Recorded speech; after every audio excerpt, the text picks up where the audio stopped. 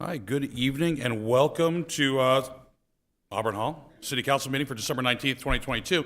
Today's a great night. It's the last meeting of this year for the City Council, and as we normally do, we have a joint City Council and School Committee meeting, and I'd like to thank all the school committee members, especially Dr. Doris and Dr. Brown, and Mr. Conrad for being here tonight. I'd like to go around the room first and foremost and just do some introductions so everybody knows everybody.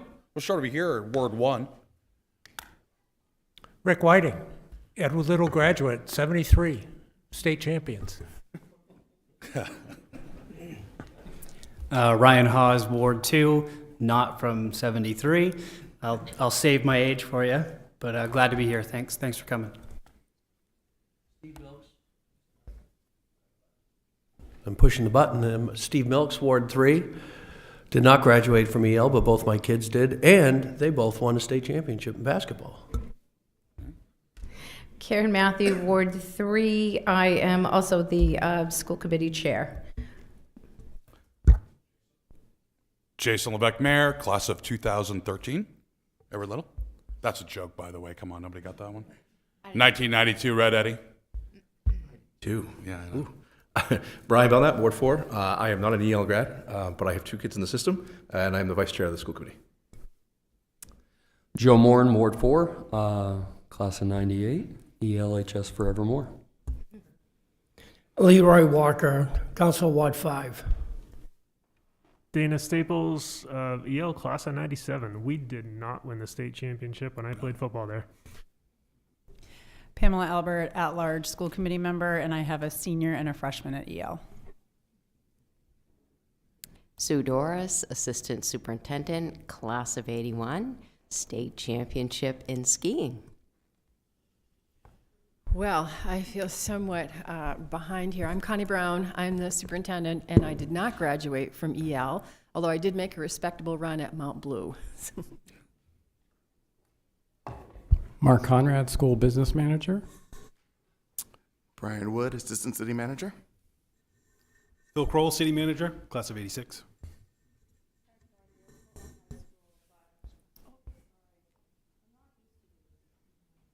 Pat Gaudier.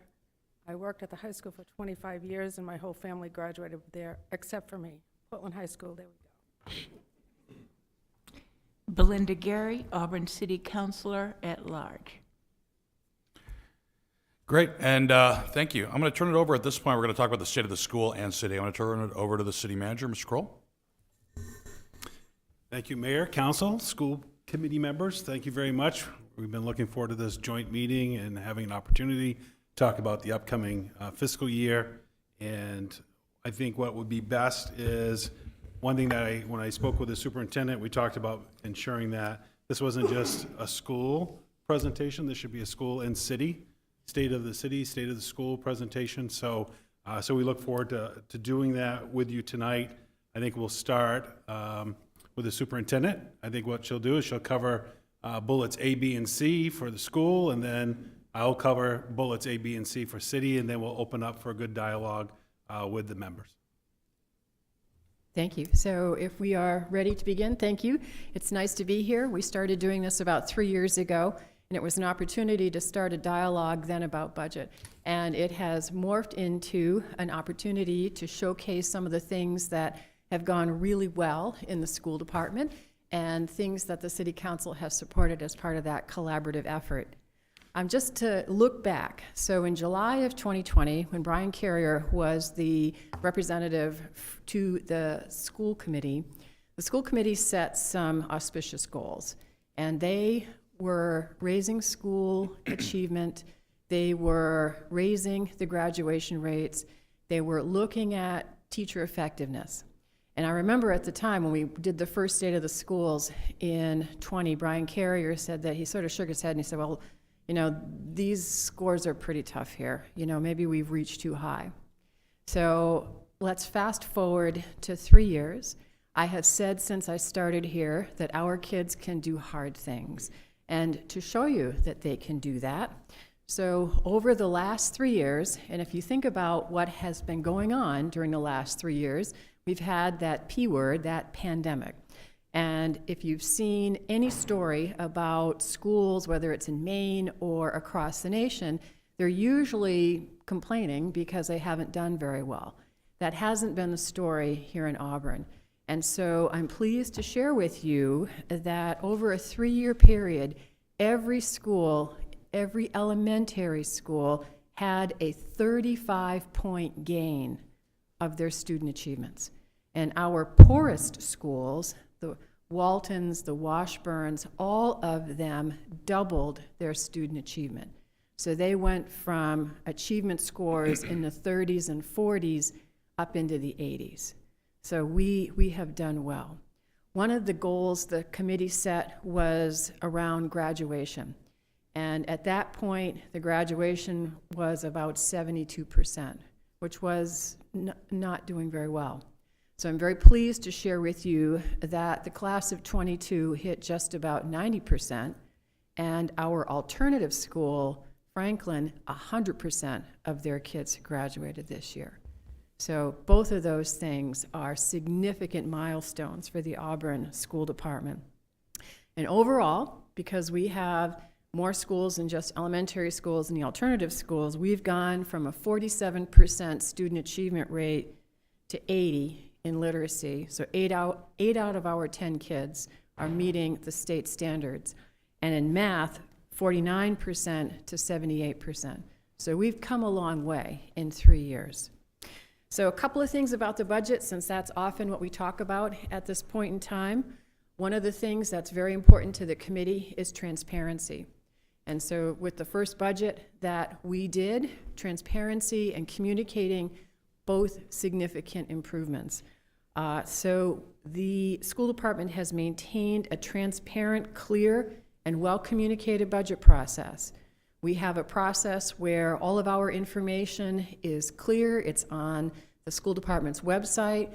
I do 10 budget presentations to 10 individual schools. They're all voluntary, but I figure those folks and their voices are important, so I go and we talk about what's going on with the budget. Every question that's asked at a school committee meeting regarding budget is posted with the answers. And we always circle back if we need to bring that information back to the school committee at the next meeting. One of the suggestions that Mr. Carrier made that I've followed through with is, could we as in the school department, a budget memo comparable to what the city has? And that made great sense to me. And so now, as part of my message to the school committee, there's a very thorough and detailed review of what they can expect as part of the budget. So we were unanimously supported at the school committee level. 5 out of 7 counselors supported the budget. 4-1 here in Auburn in terms of the budget validation referendum. So to me, those are pretty convincing odds. I would call it a mandate. And one of the things that we are doing is planning for the future. We've established capital reserve funds because if you think about it, you have to do a budget every year and you really want to be looking ahead and not behind. And so we look to the future and have established 2 capital maintenance and capital reserve accounts. So as we go into the fiscal 24 year, it sounds kind of far away, but that's next year is 23-24. We want to let you know that our salaries, which constitute 80% of our budget, we anticipate will go up $2,277,573. And that's using the fixed complement of employees that we have at this time. We also anticipate a 15% increase in health insurance. We received from the Anthem and Maine Education Benefits Trust what we can expect for our usage rate. And because of that, we can guess our rates. The actual rate won't be set until April, but we know that we need to be mindful of what that increase is going to be. This year, we had just about an 8% increase in health insurance, and next year we're anticipating 15%. Debt service for the high school is going up, $293,405. One of the big changes in this budget will be increased utility costs. Some may remember when the high school was voted on, citizens were told that the new building would be more energy efficient, and it is, but it will use more electricity. There are heating and cooling systems, HVAC systems that are going to draw more electricity. Edward Little alone, we anticipate, will be an increase of 208,000 on the electric line. We also anticipate that the other buildings will be another 200,000 on top of that. Property insurance for the new building is going to go up. We estimate 52,000. And we know we are almost doubling our real estate in the new building, and we're going to need more help to clean that. So we're going to need more custodians in order to do that. And then the school committee in September again reviewed their goals. I think it's really important that there's an annual assessment of how they did, where they want to go, and they took a look at what they want to do in the future. And there has not been a facility study done since 2005, so almost 20 years ago. And they have decided, and it is a goal, to look at all of their facilities to ascertain the systems, including their HVAC systems, their structural systems, their electrical, their plumbing, their roofs, and then come back to the committee, and after they've selected a vendor to do that, and make some decisions. And so that's spring, early summer for that activity to take place. We are currently developing the RFP. Mark deserves the credit for writing that. He put that together today, and we'll release it in January. That concludes my remarks. Happy to take questions, happy to answer questions, and that's it for me. Thanks, Connie. So what I'll do is I'll shift and talk about the city side, and then we look forward to opening this up and having that dialogue. This is a good opportunity for you to weigh in on concerns that you see, priorities that we should be focusing on. Each group will do that individually, but I think it's important for both to hear what you all are having conversations about, what your concerns are regarding this next fiscal year, and what that looks like for us as a city. The City of Auburn is strong. We have a strong workforce, both sides, school and the city side. As you all know, majority of what we do is deliver services. We deliver those services through personnel. So personnel is really the largest component of what we do here in the City of Auburn. So making sure we have that healthy workforce is critical. I'll talk a little bit more about that as we move forward. The superintendent mentioned about the pandemic. The pandemic did provide an opportunity for a shift in how we deliver services. And so we are capitalizing on that. We're looking for how can we ensure that our citizens can reach the community, the City of Auburn staff without necessarily walking through these doors. How can they do the business that they need to do without walking through these doors, but still have a positive opportunity to be able to pay their taxes, reach out to the planning department, connect with the police department regarding services, or come into the finance department and ask about programs that might be available to them, or within the clerk's office regarding materials that they need regarding marriage license, death certificates, birth certificates, all those things. We are continually trying to shift to make sure we make those services available for our public. That is also important for us to make that shift because of our workforce. We have a shrinking workforce. There's not one business or organization that has not felt the impact of a shrinking workforce. Auburn is aligned with that as well. A snapshot of where we are right now today for our city side is we have a 10% vacancy within the city. So those are positions that are funded that currently have no bodies in those positions. 8 are within the fire department, 10 are within the police department, 4 are in public works, and we have 1 within admin services. So those are impact to services, but they also create challenges for workload. Think about the existing staff that's trying to deliver those services with less people. And so the more that we can come along our staff with programming and opportunities to deliver services, we need to. And so, and And that helps with our community as well. So Auburn has laid the groundwork for growth, citizen engagement, and then also high-quality delivery of services that are transparent. And we'll be taking more steps in the future as we prepare to implement programming, our website updating. Those are all steps that we know we need to take.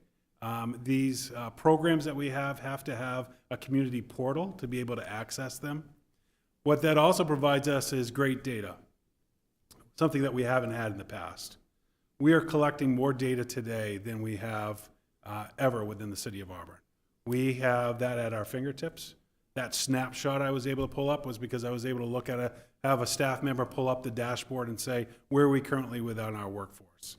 Prior to that, it would have required somebody calling one department saying, how many vacancies do you have? Someone else calling someone else, not knowing for sure whether or not that was an accurate number, but we can look at that immediately on a dashboard. That's how we're working within the city for all departments. Dashboards to be able to, whatever their priorities or what are the critical components of information that they need available to them. For PW, it's workload. It's work orders. For PW to have a snapshot of work orders, that's what they do. There are systems within the city of Auburn when it comes to plowing, when it comes to road repair, when it comes to improvements within our roads, sidewalks. They need that information right away. For the Public Works Department to be able to look at a screen now and say, these are critical plow routes for our sidewalks, for our school zones. Why aren't they getting done? Where are we? Where's the staffing on it? That's what they can look at now. They can actually look at the GIS mapping to determine where those trucks have been, how often have they been on that road, and what's the application been on that road or sidewalk? Meaning, are they getting sand? Are they getting salt? Whatever that need is. That's the information that we have coming in now. Prior to that, it might have required somebody driving around with a pickup truck, taking a look and saying, all right, hey, these roads haven't been done yet. This is where we are here. And now they can look at a screen and be able to see that. Those are the systems we're putting in place because of one, for better quality, two, because of a shrinking workforce. So we need to be able to do more with less when it comes to our staffing. But that comes with challenges. Every community is faced with the same situation. I think a good example is Lewiston's recent impact on our retention effort with the police department. They implemented a historic salary increase that broke through the ceiling for police within the state of Maine. We currently have 5 police officers leaving our employment going to Lewiston within the last 2-3 weeks. Not because of the work environment, not because of workload, but because they can be making 25 to 30% more annually by just going across the river. For some, this is between $7 and $11 more per hour. A top lieutenant in Lewiston will be making nearly $128,000 a year with no overtime, base pay. Those are challenges that we are faced with. We do not currently compensate our staff at those levels. But I'm confident the council is going to take appropriate steps to demonstrate our commitment to our police staff while controlling any impacts to our taxpayers. Although this demonstrates the growing demand for our other workforces within the city. And the school has those same challenges. And so we need to look at how best can we serve our citizens, how best can we serve our workforce, and what are we putting into place to ensure that we're retaining our workforce. It's a high cost when we have high turnover. And so being able to retain that workforce is critical for us. Our budget moving in for on the outlook for FY24, our budget will reflect those rising costs with personnel. Utility demands, as the superintendent also reflected for the new high school. Those are similar utility demands that we're being faced with all of our facilities. Costs of goods, contracted services, all those costs are increasing. And so we're experiencing anywhere between 10 and 15% increases on a lot of those costs for goods. So prioritizing services are going to be critical as we move forward in FY24. Meeting and budget planning is already underway within the city. I have a meeting tomorrow with the department directors as a follow-up as we launch our budgeting process and the work that will be done preparing that budget for you. We know right now that the anticipated revenues will not keep pace with inflation. So as we're forecasting what these incoming revenues look like, they will not be able to match the inflation increases. And so that means we're going to need to be creative. We'll need to work together to find solutions. And it's going to be important that we keep an engaged citizen group so that they are aware of the challenges that are being faced. Also, be part of those solutions and being able to share with us concerns, issues regarding services. What do these look like? What can we do with? What can we do without as we move forward in the FY24 budget season? So we look forward to working with the council on that. We look forward with communicating with the school. For those who don't know, the superintendent and I meet every other week.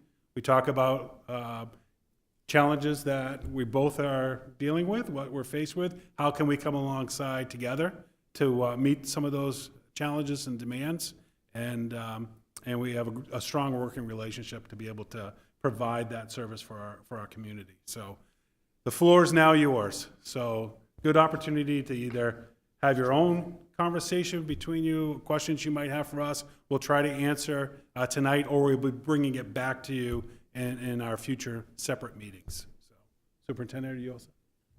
Okay. Mayor? No, thank you very much for that overview, both of you.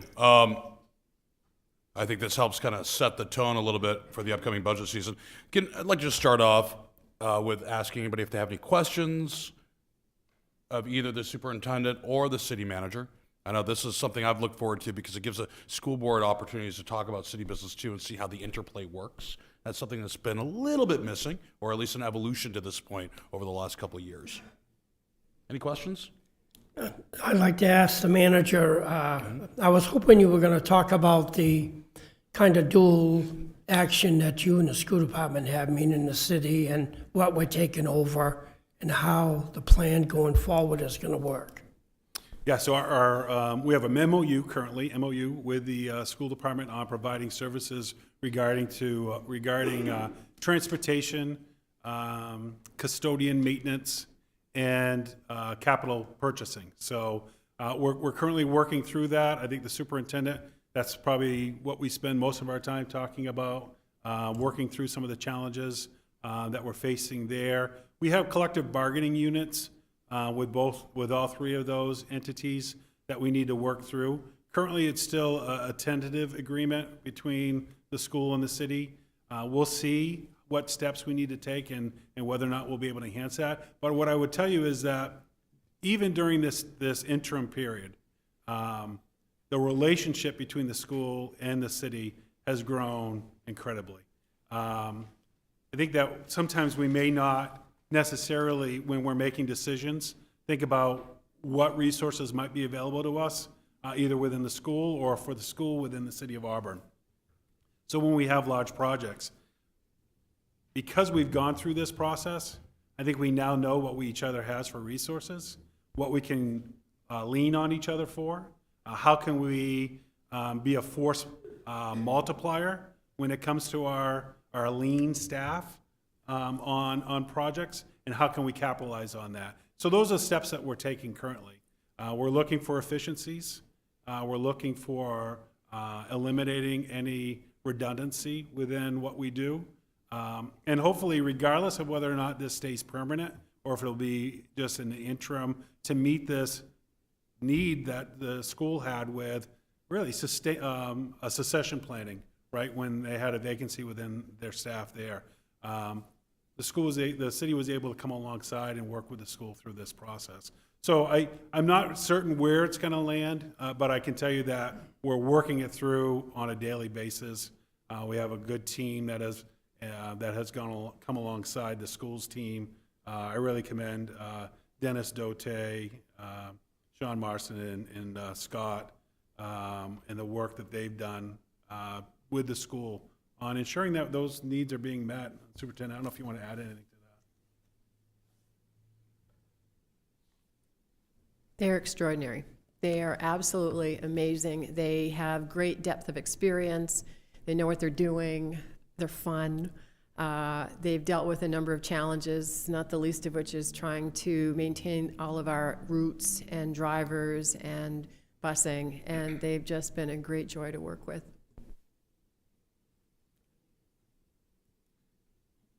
Any other questions? I've got a couple, if I could. Just give us, first question, kind of a brief overview, if you would, on the busing situation. Call it spring of last year compared to fall of this year, if you could. I know you probably don't have the exact data points, but are we trending better? Worse? So I wish I could say it's better. So we had a number, we were very optimistic at the beginning of the school year in August. Dennis and Scott came to the committee, talked about the new hires that we'd had, talked about the very favorable wage increase that was passed by the school committee and the new transportation unit, and that looked good.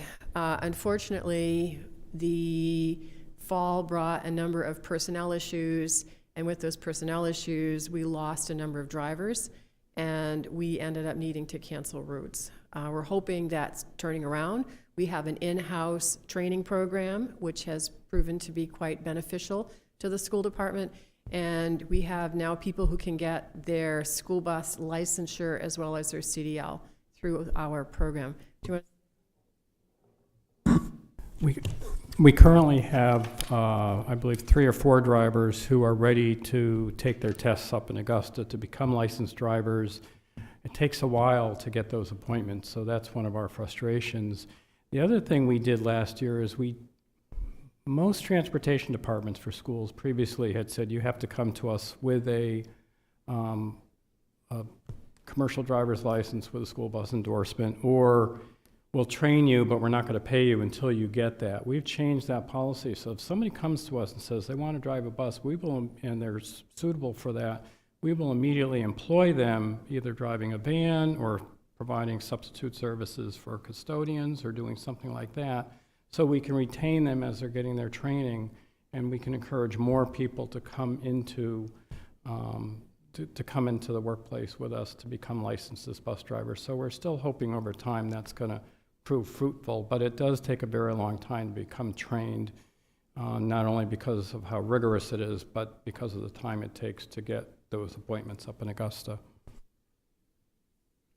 And second follow-up question on that one. With regards to workforce, and a lot of these problems keep stemming around workforce, what are the top, anecdotally, the top 2 or 3 reasons that we can't attract employees to the city, either both on the school side or the municipal side? If you call it barriers of entry. So I'll start with that, and then I'll offer the city manager an opportunity to respond.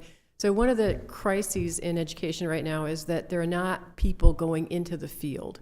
And this is not unique to Auburn, it's not unique to Maine, and it is a nationwide shortage of educators.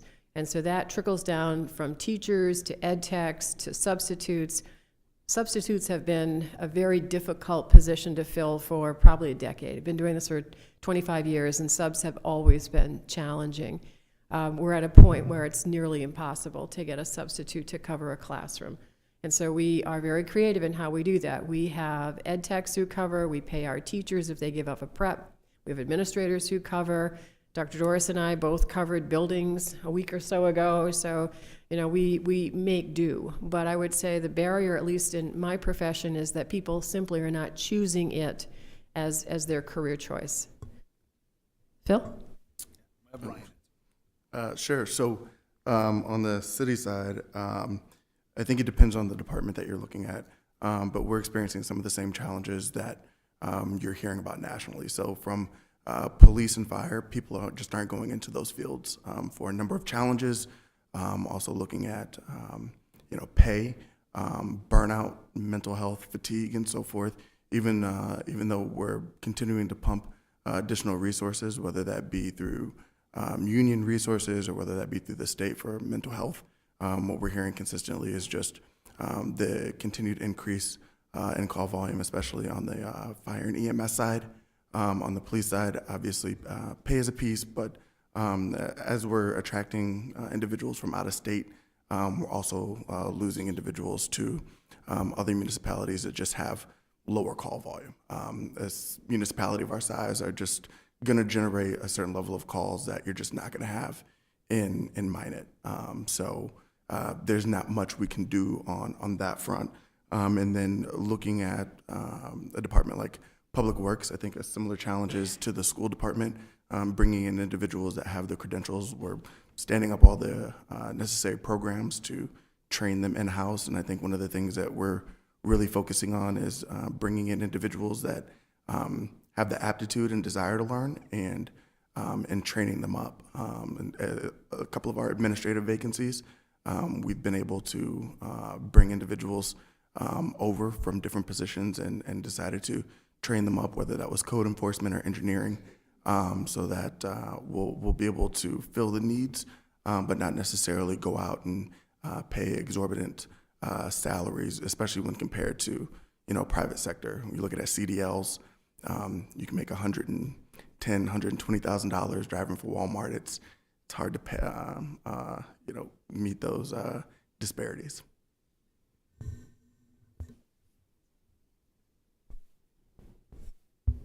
If I could, Mr. Mayor, I'm going to add on a little bit to what Dr. Brown had said. I think one of the pieces that Dr. Brown and her staff quickly recognized was that teacher retention was also very critical. You spend time training folks, having them in your classrooms, and you want to retain them. And if you look at data, which schools are data-driven, and we realized that the number of folks that we were losing every couple of years was very detrimental to kids, to students, that they were continuously meeting new educators in front of them. And there's a steep learning curve when you enter into a classroom. And so one of the things that Dr. Brown and her team did to retain our newer teachers was to actually establish an induction academy, and that was critical. It's essentially sort of like a critical friends group that meets once a month through our administration.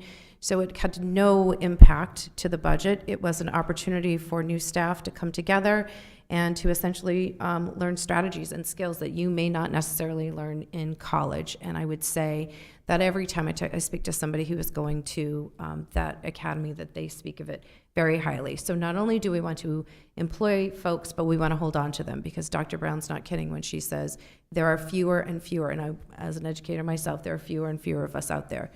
And we only want to employ the best and the brightest, because that's another, sort of mantra saying we employ the best and the brightest for a world-class education.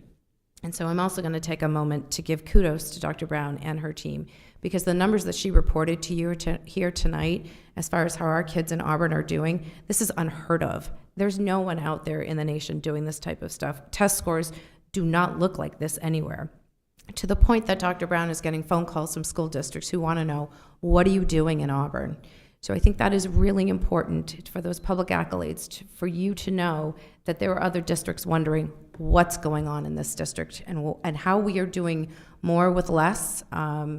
City Manager Kroll mentioned that. We are doing more with less, but that can only be sustained for so long. We have raised that bar to a 90% graduation rate. Our kiddos are now 8 out of 10 have reading proficiency, 7 out of 10 for math proficiency. Again, coming out of a pandemic, it's completely unheard of. So how do we maintain this level? Because as you, Mr. Mayor, have said, this will attract families. You want to build schools. You want to build homes in these schools, and families look at schools. This is the type of information we need out there. This is the public information we need to share so we can get those families and those homes built. So thank you to Dr. Brown, your team, and everyone in the school department. So let's open that up to some internal dialogue here instead of just grilling the superintendent and the city manager, though we probably could still do that. It's becoming evident that there's some shared issues between school and municipality. We got workforce issues, we've got staffing issues, we're providing services. And correct me if I'm wrong, if it wasn't for this extraordinary inflationary times, and we were trending at the normal CPIU, which is like 2.2%, how would we be faring going into this budget at near historical inflation levels?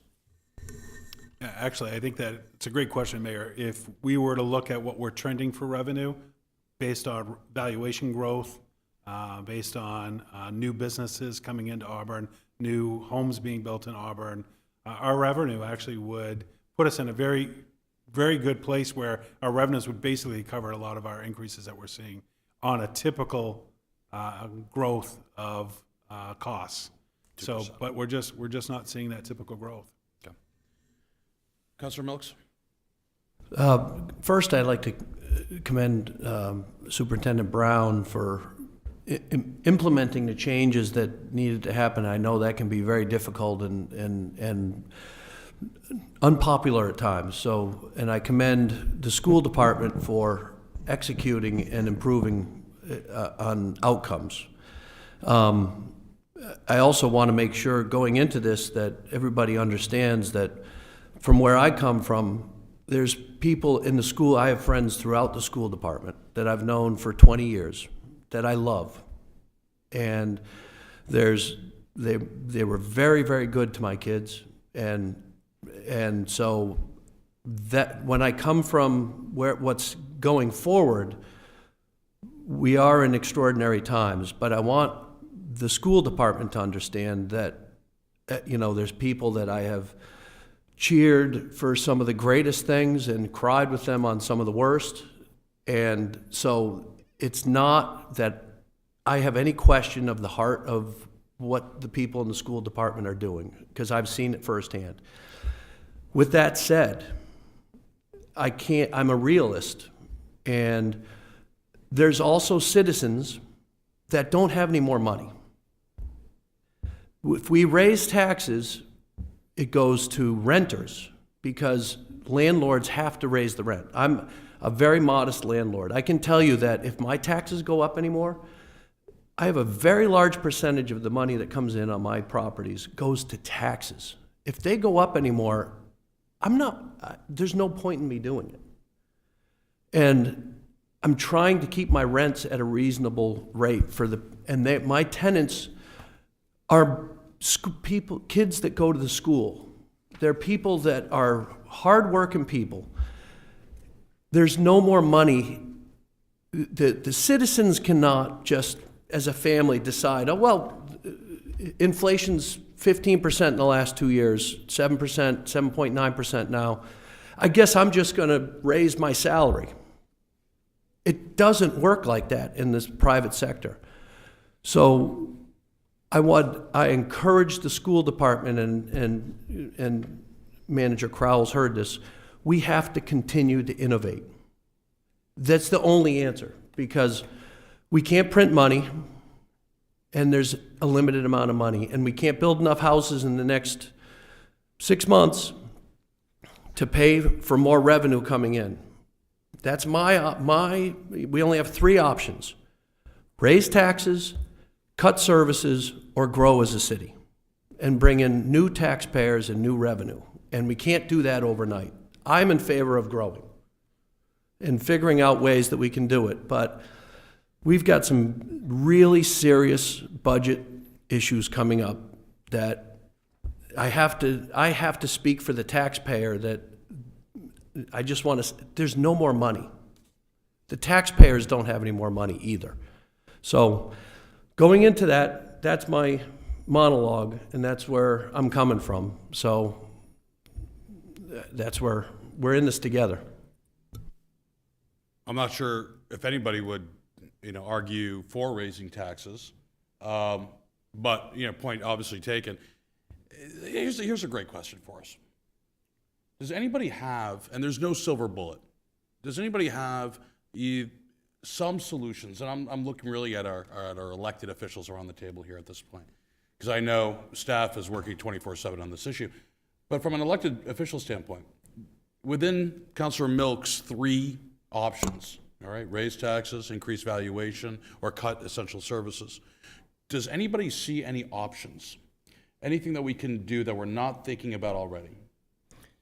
Mr. Mayor, I'm sure you have talked about it or thinking about it. I think we have too many schools in the city of Auburn. We need to shrink the buildings we have, and even if it becomes growing a couple around the bigger schools so that they become even bigger. But we need to do something like that. We've got too many buildings. Dr. Brown, and part of the facilities analysis that's Mr. Conrad's working on the RFP, is that an option too? Or is that potentially an outcome when they look at census counts and so forth?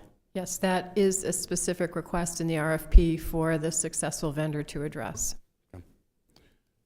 Is there any other ideas? And we've also just voted, we will be closing the former Lake Street School building. Yeah, that's back to. And we've turned that building, back to the yes, city. that building will be turned back over to the city. So we are doing exactly that, Mr. Walker. We voted last week to do that. Yeah. Any other ideas, suggestions, things to ponder and do further research on? Yeah, Councilor sure. Staples? On the same note, I mean, if we're looking at potentially cutting buildings in the school, looking at the city side, are there cuts that we can make? And I'm talking at this point of, are there departments we don't need? Are there, at like a larger level, is there any place that we can make a cut that hurts less than others? So priority ranking essential services on the municipal side to see what is, well, prioritization. Okay. Councilor Milks? On the innovation side, we've got a great asset in the city, in Central Maine Community College, and there's a lot of money over there. And they're in education. So I know that there's been ideas out there, and I'm not an educator and I'm not an expert on it, but I know there are people in here that are. How can we innovate knowing that the city there's not much money left? How do we innovate? And I know that there's talk about dual enrollment and all those sorts of things. I encourage all of that. That let's innovate. How do we access those resources and work with that asset to lower our costs and improve our outcomes? Dr. Brown, I know you're presenting on this to the school committee on Wednesday, but without revealing or preempting your presentation, can you just give us a quick synopsis on kind of the process and what we're looking at, so to speak, up to this point? I'd be delighted to. Okay. So back in June, well, let me back up. So in April, the City Council passed the resolve, and that then became a committee in June. And the committee has worked hard between that time and now, and will present to the school committee on Wednesday. And the committee report includes something coming forward from Central Maine Community College called Spring Forward. And Andrew Morong will be here to speak to that. Dr. Dwayne Conway, who is the Associate Dean for Workforce Development, is also planning to come and speak to the school committee, and other members of the school team will be there to answer questions. So those are some of the things that we hope to implement as early as the spring of '23. Which is next month. There's actually an informational meeting for families this evening. Seniors, families are invited this year as well as juniors, that beginning January 3rd, juniors and seniors can begin taking college classes, 4 to 5 college classes beginning right away, without a financial impact. Is there going to be also a focus on trades and immediate workforce? Because, not every kid can go to college. Not every kid maybe they go to college when they're 25, but we have a workforce shortage, and they've got a huge program over there. So is that going to be a focus of ours going forward as well?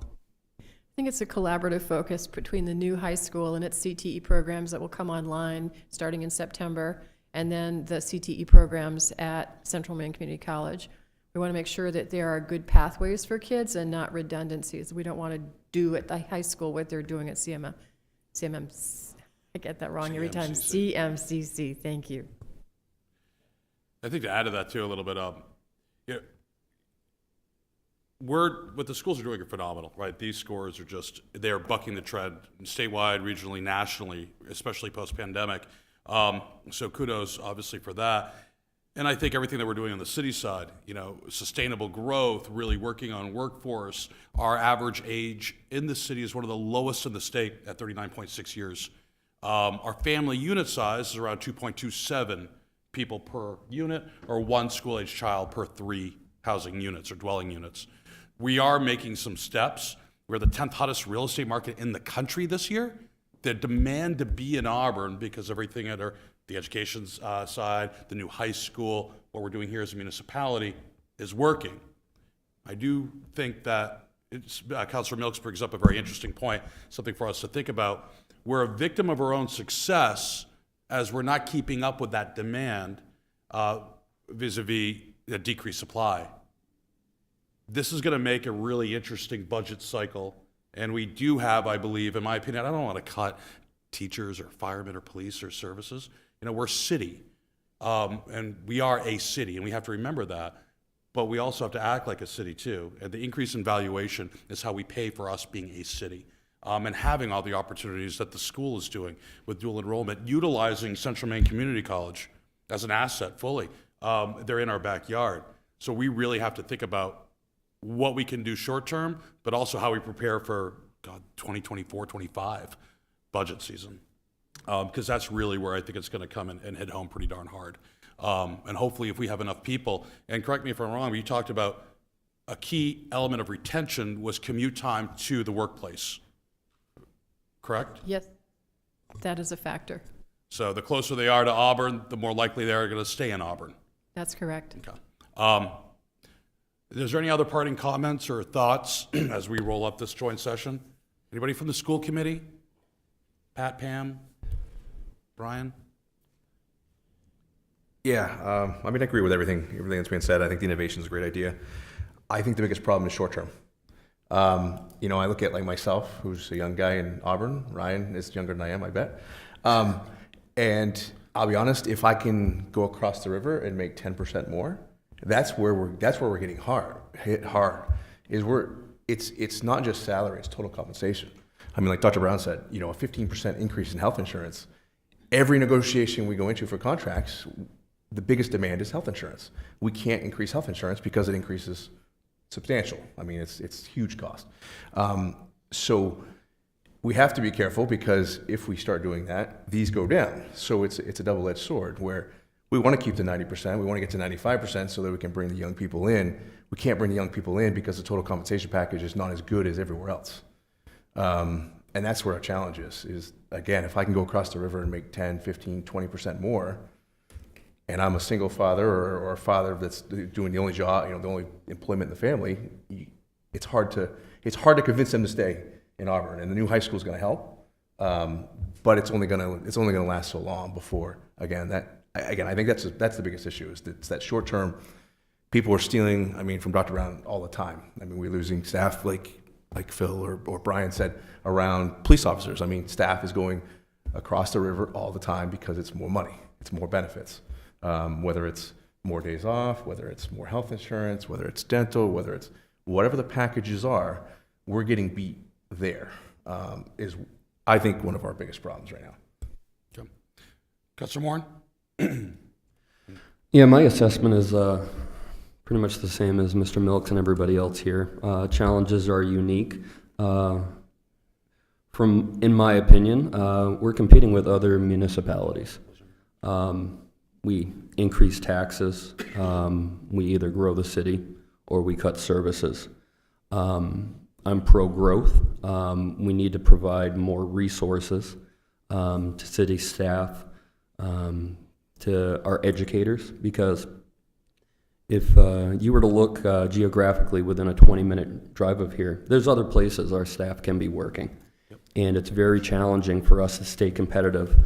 And in my opinion, the only way to stay competitive and not completely drive people out of their homes due to property taxes is by increased valuation. Unless there's some silver bullet, like the mayor says, that can solve all these problems, or unless we go through a deflation cycle, but that's not happening. So there's only so many efficiencies, and there's only so much collaboration, and there's only so much innovation that the city manager and the superintendent are going to be able to create. And I'm confident that they will find opportunities for efficiencies, but that's not going to keep pace with inflation. So as a Ward 4 city councilor, I'm absolutely committed to increasing valuation and try to give our honored city staff here some more resources to work with. And just to define your comment, Councilor Moran, within a 45-minute drive of Auburn, It's 400,000 people, and that's communities from Brunswick all the way to Oxford, up to Augusta, and down to Biddeford. So the choices are about a third of the population, a little bit more within a 45-minute drive, which is a standard or average commute time in the state of Maine. So yeah, there's choices. That's who our competitive basin is, if you would. Any other last comments? I'd like to ask, do you work with St. Dom's School at all? Not much. Well, I'd like to ask that you at least reach out to them. I don't know if there's anything they can do to help us on our side, but they have a lot of land up there, they have a lot of fields, they have a lot of good things. Maybe there's an opportunity. I know they've opened and closed doors a few times, but it's something to think about at least moving forward. Thank you. Okay, with that, I'd like to bring to a close the workshop for tonight. Thank you very much for the school administration and the school board members for joining us. Really, really appreciate it. A good dialogue. We'll now, next on our agenda is an executive session, and we will conduct that executive session here. This is executive session legal consultation pursuant to 1 MRSA, section 405. Do I have a motion? Motion to approve. Second. A motion from Counselor, and second from the Counselor Whiting. All those in favor? Opposed? None being, we now stand in executive session. We'll come back at 7 o'clock for the regularly scheduled City Council meeting.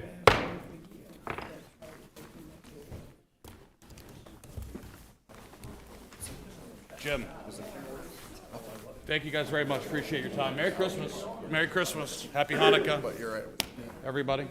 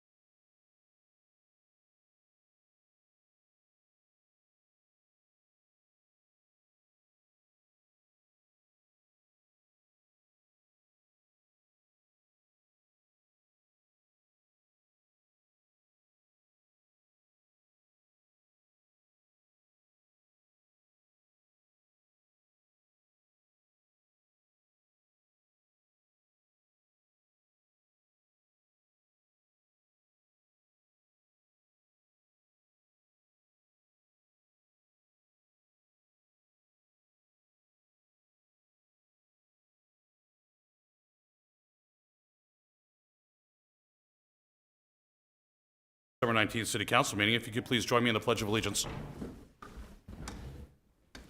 I pledge allegiance to the flag of the United States of America and to the republic for which it stands, one nation, under God, indivisible, with liberty and justice for all.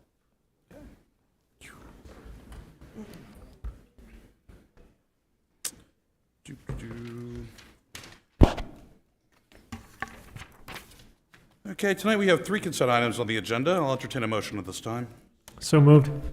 I got a motion, Councilor Second. Staples, second from Councilor Walker. All those in favor? Opposed? Passes 7-0.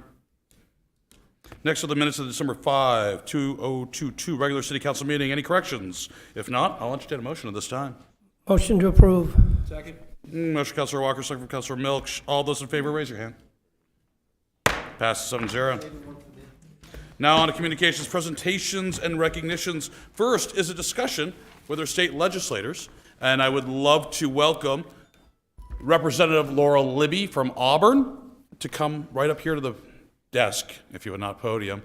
And as a senior member of the delegation from Auburn, thank you for being here. We'll talk your ear off for a couple minutes and then get some feedback from you. Sure. And see what you can, what you need help with. And I'm going to turn it over to the city manager. So for background, the city manager and I are both on the Legislative Policy Committee for the Maine Municipal Association. So we're, for several years now, been digging deep into municipal issues that are of paramount concern to the city of Auburn, as well as other municipalities. The manager has kind of given a summarization, so I'll turn it over to him.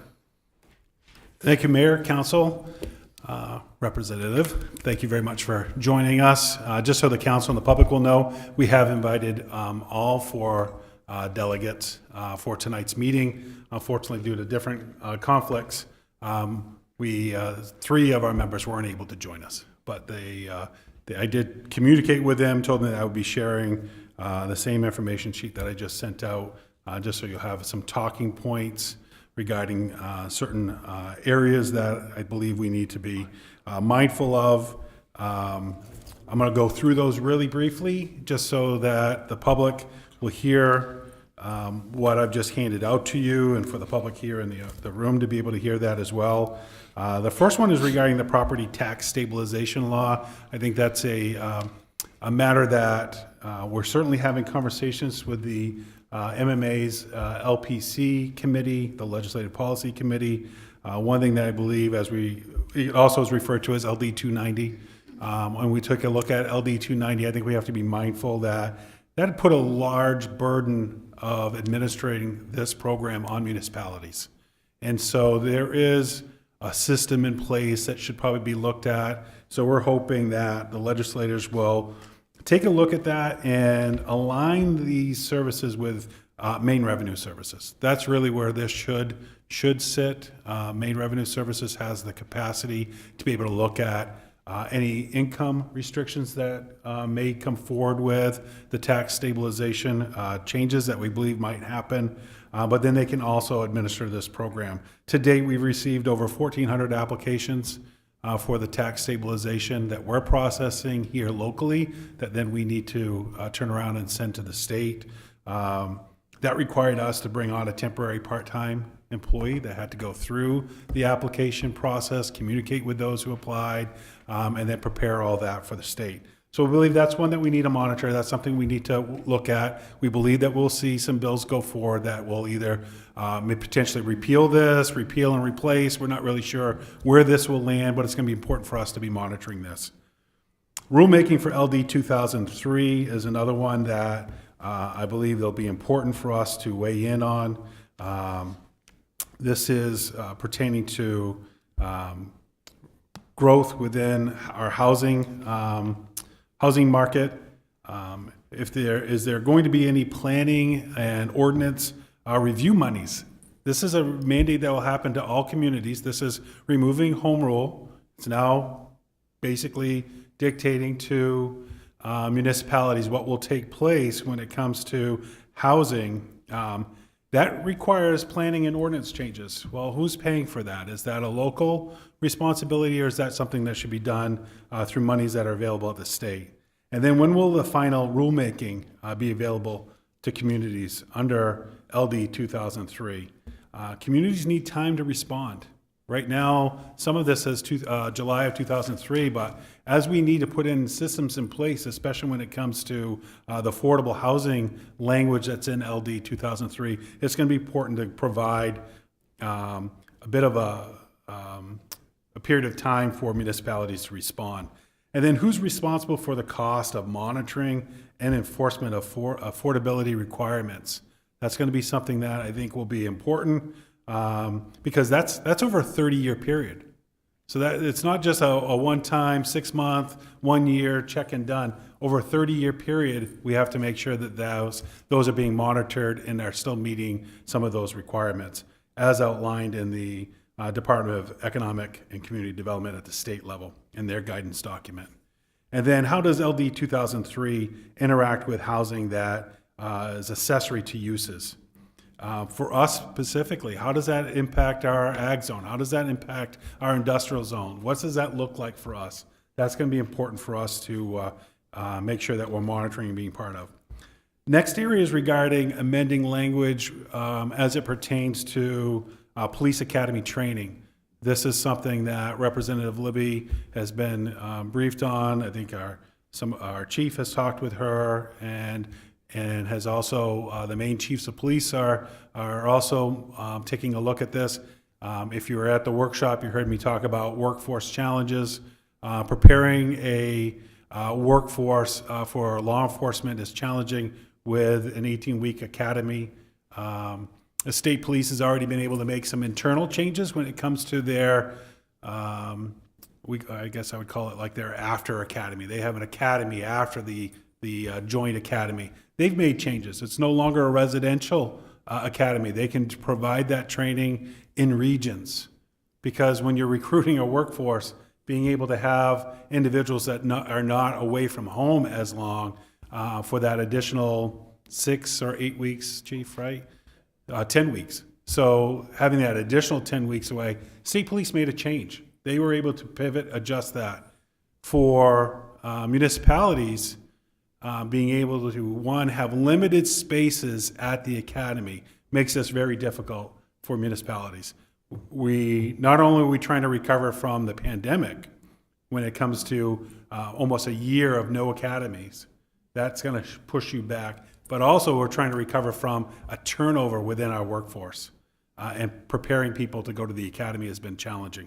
So I believe that amending the statute so that it's residential and a non-residential training academy is critical. This is something that was done years ago. However, we have had conversations with Central Maine Community College. They are prepared to stand up a day academy that will help with this crisis that we have with law enforcement training. Then an act to amend the tree growth tax law. So we know that that is being looked at currently at the state. We believe that any changes that take place within the tree growth tax law should require that the local assessor be provided a copy of that management plan, and that new owners having to provide a copy of the management plan. This is important because we've had situations where that land has been transferred, and then the new owners have no copy of any management plan that was filed. We, as a local municipality, we don't have a copy of that. It's filed at the state. So having a copy of that management plan is important. We also see value in providing some grandfather language if the acreage for tree growth is going to increase to 25 acres. We believe that will be something that could take place. We currently, of the 53 parcels that we have part of tree growth, 14 of them are less than 25 acres. We believe those property owners have made a clear decision that they want to protect their land and preserve that land.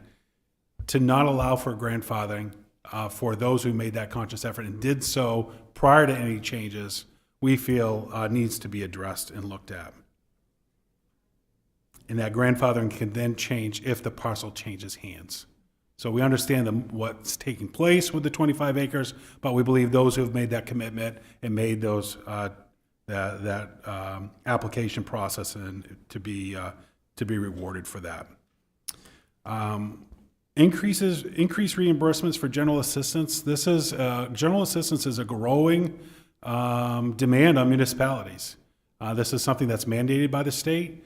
It's mandated on how we provide general assistance, but we believe the reimbursements need to be increased to 90%. We think that's a fair approach. We're confident we're going to see some bills regarding that. That would be our position on that. And our team stands ready to provide some more information regarding general assistance, because that is a complicated process that communities that every community has to meet the same requirement, even if it's a community that may not have regular hours even within their town. And so to have some of these blanket laws that put a really demand on a lot of even some of our local communities. What happens when that takes place? Why does that impact Auburn? Because if I can't go to the town, if I can't get to my town that has limited hours, where will I go? I'll go to the one that's open full time. And now general assistance is now shifting to municipalities that may have been kept within the municipality or town that they live in. So that's why that impacts us and why it's important for us to monitor that. Marijuana tax share, I believe that the state set up an opt-in option for local municipalities. We took that step as a municipality. We opted in. We have good policies in place. I think that we set up good buffer zones around how many marijuana businesses would be in Auburn. However, all that was done with anticipation that they would be, if you're opting in because something's coming back to you.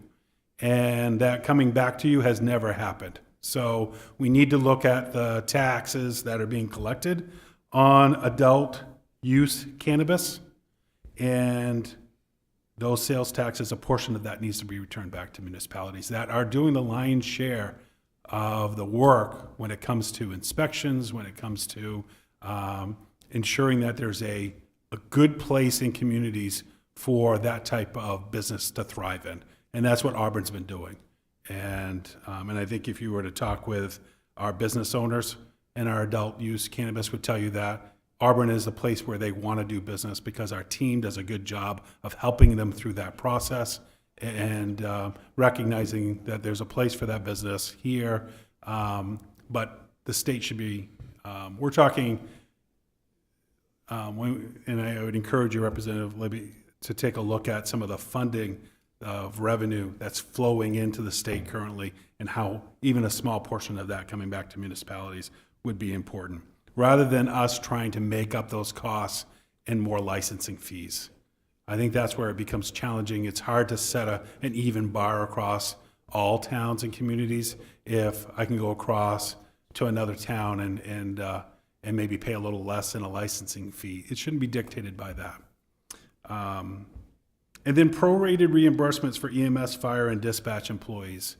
Again, as we look at challenges within our workforce, retaining these critical, well-skilled, highly skilled employees, I think this is important. This current statute in place right now when it comes to law enforcement reimbursement, so if somebody was to hire a law enforcement officer within a 5-year period, it's a prorated amount that gets returned back to that agency that is losing that individual. Having that same model for our fire and EMS, especially when we're hiring or we're training some of our firefighters to be paramedics, to lose those costs that we've put into an individual, that's an impact on our taxpayers.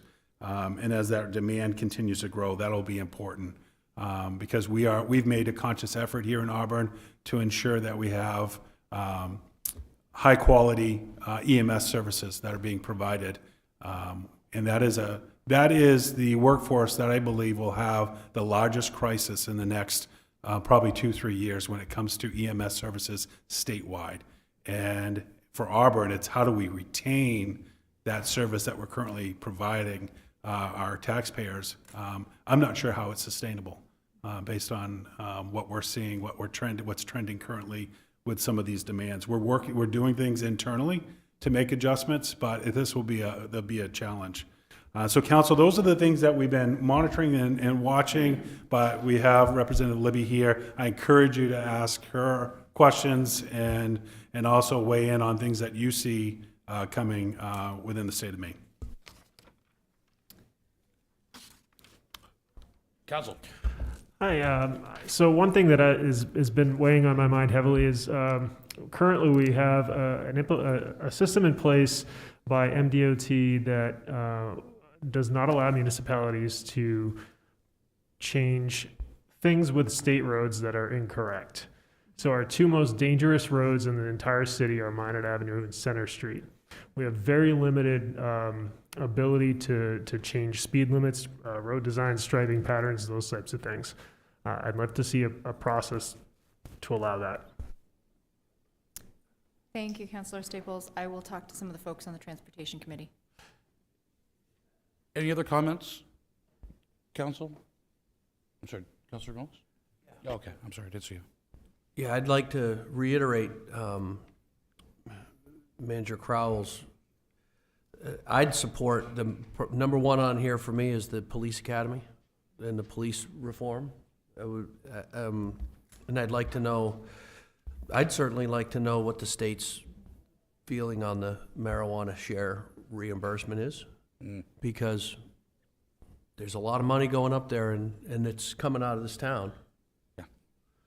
And then I'm concerned about EMT and the firefighters going forward, because I know that we're one of the only municipalities that offers EMT, and if I'm not mistaken, the massive rise is due to what, Mr. Crowell? The massive rise in EMT calls is drug related. Oh, absolutely. And what is the state? What is the state's?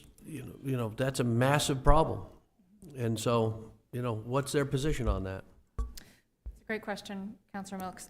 So first of Yeah, all, that wasn't for you. Yeah, I understand that. Police academy training, I've been in communication with Chief Moan about a bill that would make a pretty simple change to the statute, and he's informed me that MMA is working on that. I'm happy to sponsor that bill if that is ready to move forward. Cloture is December 30th, so time to get those bills in there. And who do we have to harass? I will follow up and make sure that we can get that in there if it's ready to go. The other issue, the marijuana tax share, one of the new representatives in the House, David Boyer, was heavily involved in the implementation of marijuana law here in our state, so I can follow up with him and ask about that revenue sharing. I believe there are a couple folks who will be submitting bills regarding marijuana this time around, so I'll find out the details on that. And as far as the prorated reimbursement, I'm happy to talk to some of the folks on the Criminal Justice Committee and see where things are at with that. Great.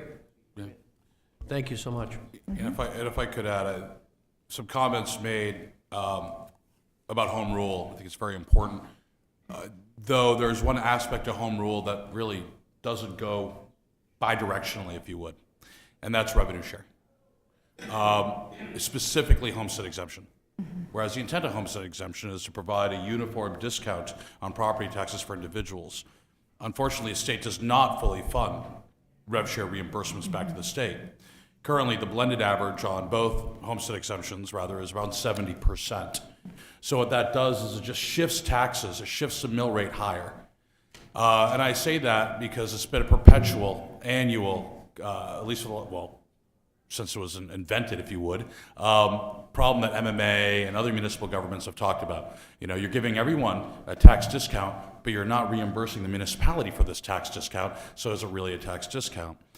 I do know you've scheduled hearings, or leadership has, for LD1 this session, I believe, December 21st? Yeah, correct. Soon. So there's a temporary committee put together for the Appropriations Committee. It is a temporary committee. It's essentially made up of those who were on the committee previously, a couple of members of each body, and then the leadership in both the House and the Senate, both Republican and Democrat. So it's a temporary committee. They'll be hearing LD1 on Wednesday, and there may or may not be substantial changes before we hear it in January when we start session. We start session on January 4th.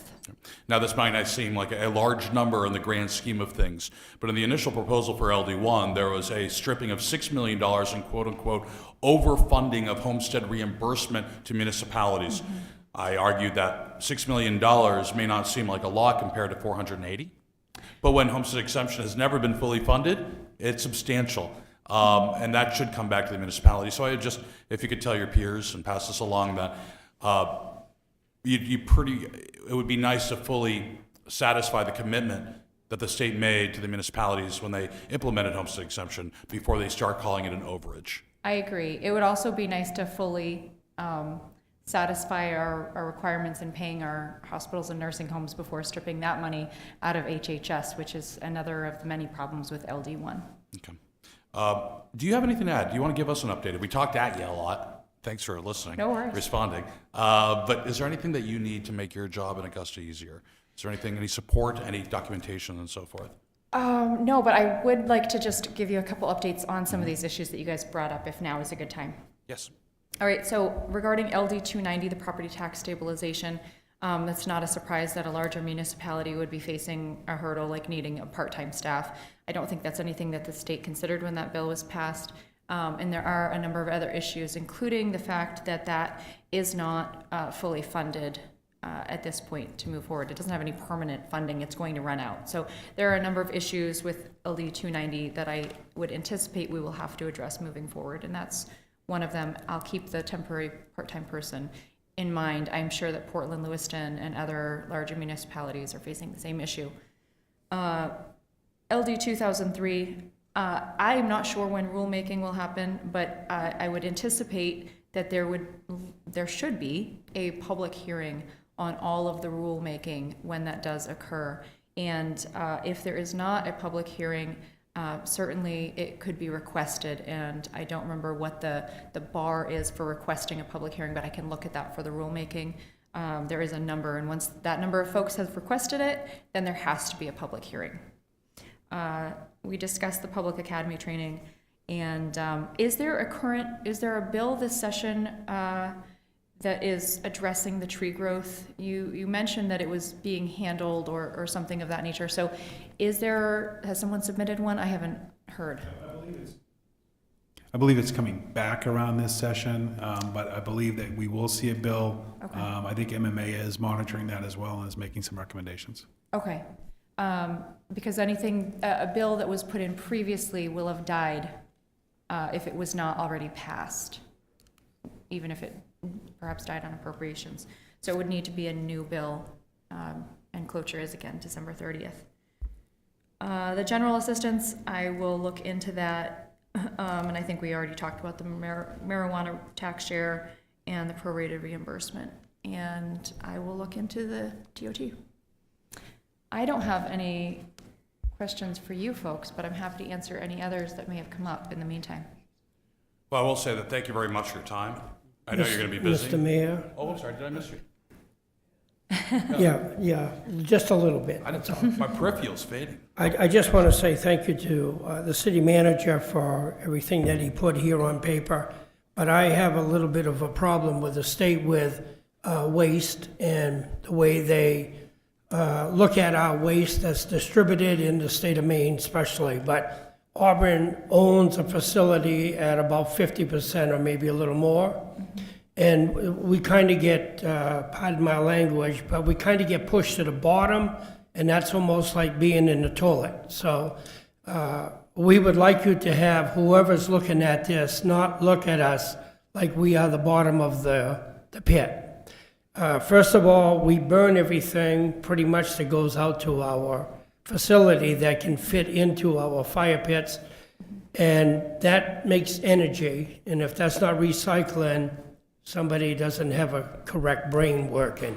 So we look at it like it's part of recycling, as well as we're taking care of 13 communities at lowest possible price. But because of the way the state looks at it, they don't want to give us good rates for the power that we sell, and they keep considering landfill as a better position than us burning. So the taxpayers of Auburn, as well as other communities, built this plant and still are spending a lot of money to keep it operating. Now, if the city of Auburn decided, we probably could say we want to sell our share, and then we'll start dumping all our trash into landfill, which I don't think would be the right thing to go. I don't agree with 100% recycling because there is no market for it. So burning it to me makes a whole lot more sense, and sell it for energy, electricity, whether we use it or someone else. But we do use it in our plant to run our plant as well. But again, there are people that sit up in the power places that make us look like we are at the bottom of that total pole, and it's not correct, so we need help. I think primarily, for comparison, we can help you pull this information, but looking at the comparatives with regards to price per kilowatt hour sold back into the grid compared to solar or wind at 100% of retail versus what we're getting paid for what we're generating, again, pushing back into the grid. So there might be some good points there. And data points. Absolutely. So I'd like to, if there's nothing else, I'd like to thank you very much for coming in. I'd like to invite you back, at a point later on, when we're looking at these bills and to give you some more feedback as well as your peers. So thank you very much, Representative Libby. Thank you very much. Thank you for coming. Thank you. Next on the agenda is communication. Planning board policy violation, legal opinion. It's here for you all to read. Basically, we did the right thing by setting it back, so now it's back. We have talked, the manager and I, it's a good time to mention this, about having a legal training with the planning board in January so that they can fully understand the legal part of their job, what they can and cannot do, and the interplay between city council, planning board, and the public, and what kind of body they should be. So that'll be coming up in January once it gets scheduled. Moving on to communication of shovel-ready housing project update. Turn it over to Mr. Cousins. He'll give us some briefing now. This is going to come up further on in our agenda as an order. Thank you, Mr. Mayor and City Council. John Blaze in our office has done a great job working with the committee and the consultants that submitted. We received 2 proposals for the shovel-ready housing project. The first, one of them was a little over $180,000. Second one was $153,000 with the range of plans from small single-family homes or tiny homes all the way up to a 4-unit, the way that the RFP was structured. We did see both consultants place a fair amount of the cost on the 4-unit.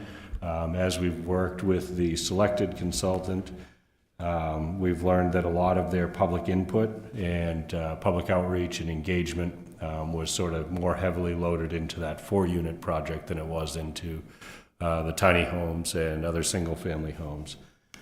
John did work with the consultant, was able to reduce the fee from about $153,000 through those negotiations down to $145,000. The committee spent a fair amount of time talking in detail about could we reduce that further by not doing the 4-unit project. Almost $100,000 of that $145,000 is allocated towards that 4-unit project, and as I mentioned, that includes a lot of the public engagement. They went back and looked at the other consultant. There were only 2 proposals. The other consultant assigned a similar fee, right around the $100,000 mark. So either consultant that you looked at was assigning a majority of their costs to that 4-unit building.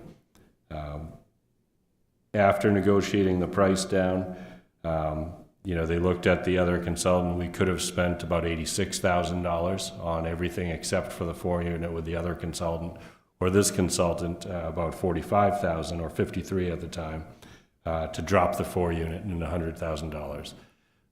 The committee asked John to work with the consultant to do that, and after going through that, the consultant would be unable to do the other parts of the project if we dropped that 4-unit building, as they had loaded a lot of their costs in the proposal for the public engagement piece into that part of it. So here we are tonight, communicating that update. You have to make a decision tonight on funding this project. The cost was higher than what we had anticipated. We think as staff that the real value in doing this locally, rather than relying on plans that you can find on the internet, or if you got the state to do something like this, is that it does allow for the engagement with the community in deciding what the infill housing will look like within Auburn, making those decisions locally. But it is a significant amount of money, so you guys will be asked to decide how you want to move forward with this tonight. Happy to answer any questions. Are there any questions, or we can hold off and wait till it comes up as an order as well? So, but are there any questions directly for Cousins considering this? No, we can talk about it. We will talk about it. Thank you, Eric. Thank you. Okay, moving along. Communication, council communication. I'll go first. Couple notes here. Our Christmas Village, 2 weekends done. I'd like to just a big thank you to staff who was very, very flexible dealing with a storm and moving the dates. It was a success. Some anecdotal feedback from the vendors was they are very, very happy. They're making money. We are going to poll them at the end of the season to find out what we can do better, of course, and do a good after-action review. But we do have one more weekend left, and that's this weekend coming up, Thursday, Friday, and Saturday, which is Christmas Eve. So please come down. You can get more information on goauburn.me. But I tell you what, most people have done pretty significant Christmas shopping, including myself there. So really, really glad to see all the happiness coming into Auburn. Great vendors, great community. Even a lot of people from Wilson doing their shopping here in Auburn. I thought that was pretty good. So, but it's normal. Next, New Year's Eve is right around the corner. We'll be repurposing these Christmas Village vendor pop-ups into pop-up breweries. So our 6 brewing vendors will then take over for New Year's Eve Auburn. More information can be found at newyearseveauburn.com. But we have a great band lineup. The Jumpin' Willies, a nice little local band made up of a bunch of every little alumni. And we have, help me out. Hello, Newman. Hello Newman, 90s cover band, and probably the hottest band in New England right now, which is the Mallet Brothers headlining the night, along with fireworks, vendors, beer, cross your fingers for good weather, newyearseveauburn.com. It is free. They'll pay for your own beer. I will make one notice I just got today. There'll be food trucks there as well. There will be kind of like a collectible cups that you can purchase at $5 each. There's a limited supply. It'll give you $1 off 3 out of our 6 breweries on a per pint basis. Moving along to Hanukkah. Happy Hanukkah. I haven't mentioned that. I was supposed to mention that in the beginning. So it's day 2 of Hanukkah, Festival of Lights. Thank you very much. Turn it over to Councilor Staples on the left. So between the Christmas tree lighting ceremony here, the one over in New Auburn, the village in Festival Plaza, seeing all the people out doing holiday shopping and all that, Christmas lights, it's just been a great time. We had a snowstorm over the weekend. Public Works did a great thing, clearing the roads. Thank you for that. There's a lot to be proud about here in Auburn right now. So Merry Christmas, Happy Holidays, Happy New Year. Just down the line.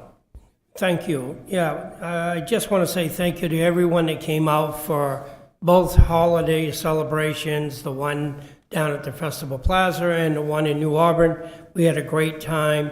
Merry Christmas to everybody and Happy New Year. I'd like to reinforce some of Councilor Staples' comments. The tree lighting was awesome. Saw some of my fellow councilors, the city manager and Jay and some other staff down there.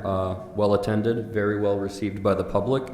Happy holidays to everybody, and kudos to city staff because that storm was absolutely a bear. So I know that was a lot of work and long hours.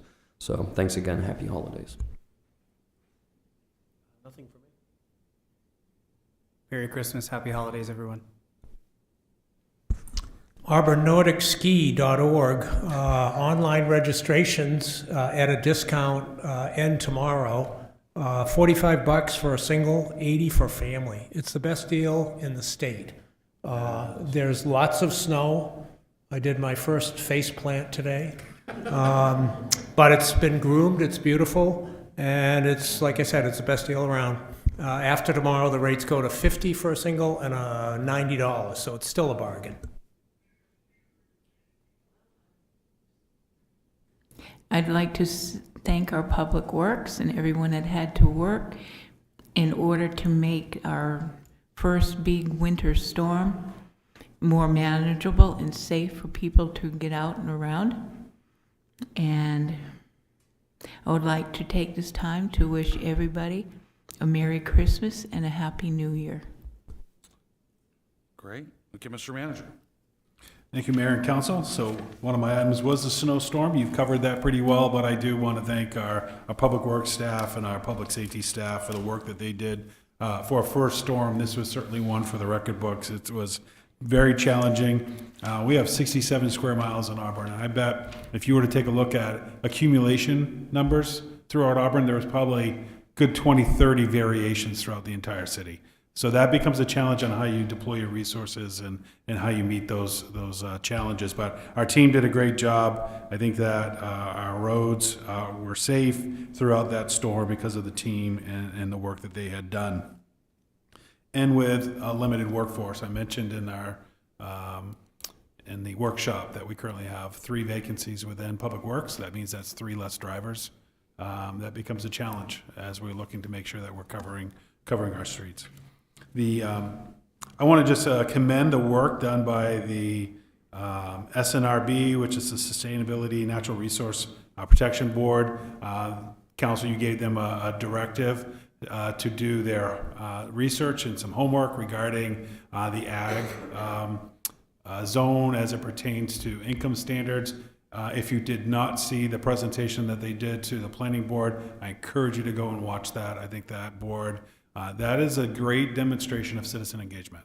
We have a board that was given a task, they did the work, and they presented it so well that it was just clear and did a great job. And I'm really, Council, if you remember, you had done some changes with our boards and committees, and one of them was creating this SNRB that was kind of a merging of 4 other boards and putting them all into this one. This demonstrates what a collective process that a group of people can do. So I really want to commend that committee and the work that they did on that. The last item is regarding the opioid settlement. We are still part of that process. We did receive communication this week regarding part of the settlement. So this is the Janssen settlement, where we will be receiving over the next 5 years probably close to $130,000 that will be coming in. It's broken into a 5-year installments. Council, that will be coming back to you in the future on what you would like to do. There are restrictions regarding those funds, so that's currently placed into a designated account. Those funds won't be spent until Council, you give that direction. So staff will communicate that in the future. I want to get a better handle of other settlements that are coming, so you can, rather than make decisions on one settlement, take a look at what some of these other settlements might do and provide for us as a community, so you're planning appropriately. That's it for me, Mayor. Okay, very good. I'm going to open this up to the first open session of the night. Members of the public are invited to speak to the council about any issue directly related to city business which is not on tonight's agenda. Please approach the podium, give us your name, address, and limit your comments to 3 minutes. Is there anybody that would like to speak at the first open session? None being, I'll close the open session. Moving along. Unfinished business, there is none. New business, which we're on now, is first, resolve 0912192022, supporting a rail with trail recommendation from the Rail Use Advisory Council. Do I have a motion? So moved. Councilor Staples, do I have a second? Second. Councilor Whiting on the second. I'll open this up to the public for comment. Is there anybody in the public that would like to comment about the options for rail or trail, or rail and trail, or just rail? None being. We have a resolve here that's drafted by staff based upon feedback from our last council meeting or the council meeting before that. I'm going to skip to the now therefore be it resolved, and I'll read this out loud for everybody, that the Auburn City Council supports a rail with trail recommendation from the Rail Use Advisory Council and the expedited movement of any necessary planning and design work to implement the recommendation between Maine's largest city, Portland, and its best city, Auburn. So that's the last paragraph. I'm going to ask Mr. Labonte to come up here too, just in case there's questions. But I'll open this up to debate. Council, do we have any debate? Any questions for Mr. Labonte? So, you know, you came last meeting and discussed this, and we've gotten a few emails since then with some people bringing up some other options, and I just wanted to know what your thoughts were on some of these. I forget so it's rail with trail, and then there's I believe it was trail before rail, or it was the other one. Could you speak to that a little bit? So yeah, there's the Rail Preservation Act requires that corridor remain available for rail.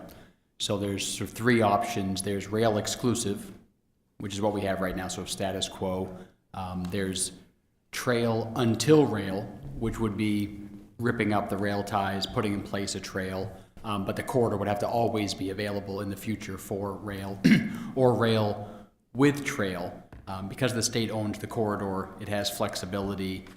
Most major railroads, CSX, which operates now the old Pan Am line, St. Lawrence and Atlantic, which is owned by Genesee and Wyoming, those large railroads, their default position is not to allow anything but rail within their corridors.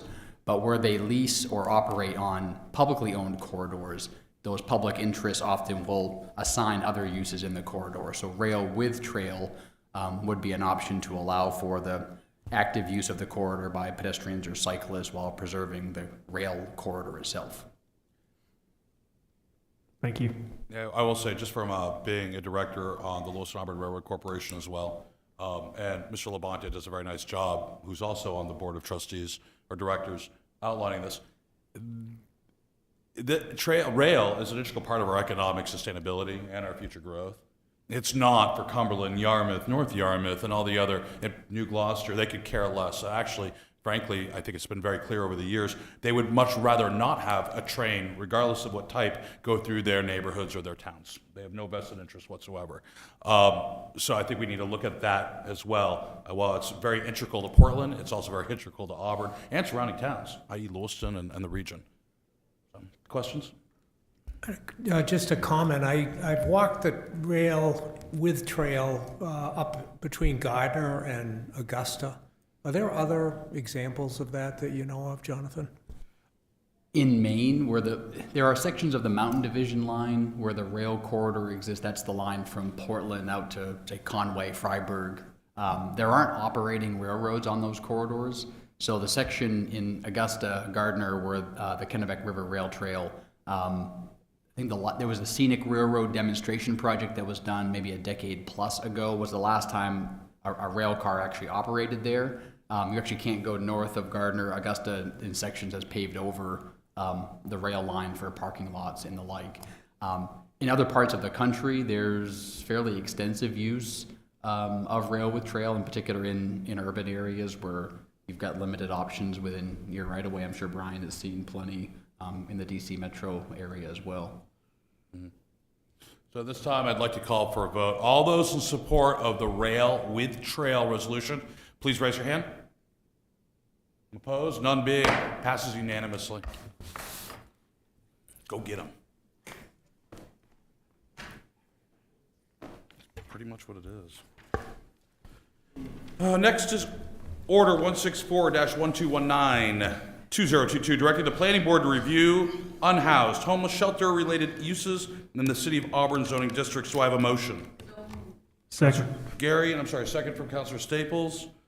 Open this up to the public for comment. Is there anybody in the public that would like to speak about this?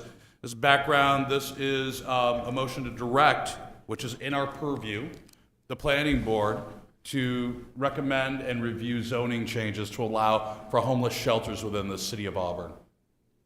Good evening. Andy Titus, 24 Rubelite Lane. Just wanted to first of all say that I'm not in favor of sending this to the planning board. My belief is that it is kind of kicking the can down the road. It may delay any action for 6 months or a year. And also asking our planning board to be making policy regarding where a homeless shelter should go. And I really think that that is this body's responsibility to get that ball rolling. And if we need to get public input or we get some nonprofits involved, you folks have already shown an interest in seed money to start something that didn't get off the ground, but it shows interest. So we start with maybe some seed money and some civic organizations that want to get involved in identifying what's potentially possible, locations, and then go to the planning board with a shovel-ready plan. Or, you know, they can also do a 25-person petition, if so needed, to get spot zoning done. This may be a good example for spot zoning rather than asking our planning board to take large areas of the city and say, yeah, homeless shelters can go over here, but they can't go over there. I don't think they have that ability to make those decisions, whereas you folks have a direct connection with the community through email and other structures. You would be better served to try and come up with a plan first, and then take that plan to the planning board. I don't think we can just sit on this for 6 months or a year. This is a real important issue. We need to find a way to address it sooner, if not later. We have COVID cash available now that may not be available a year from now. We should try to use some of that if we can. Thank you. Is there anybody else in public that would like to speak? Nope, we're going to bring it back to the council. Council, yeah, first I'd like to start off with Councilor Staples, who introduced this. Councilor Staples, if you'd like to lead off the discussion, please. Yeah, sure. So, you know, I think everybody here knows that there's an issue with homelessness and unhoused people in this city. You know, it's a complicated issue. I don't know that any of us are going to come up with a solution, but we can point out some issues that we could possibly address some things here.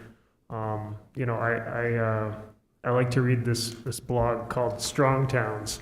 Strong Towns says, find out what's an issue that's hurting people in your city, find the smallest thing that you can do, and do it now. And this is something that I think is a small thing that we can do, and we should do it.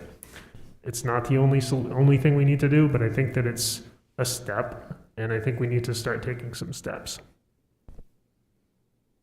Any other comments, Mr. Manager? Do you have, I mean, we've done a lot of work on this topic, going back to the temporary shelters that we proposed. One of the reasons, obviously, it was a three-way, partnership with the county, failed to fully fund their proportional share. But when we're looking at those sites and looking at where this could be, Mr. Manager, I know you had some conversation. Did you want to discuss some of that? Sure, we can cover that. We can cover some of that. What I would ask is, Eric and Glenn, could you come up to those two mics over there? I just want to make sure you can weigh in on this. This group here has been doing some work on that. I think what's important as we talk about this is that, it's not, as was said, I think there's just no easy solution as we move forward with this.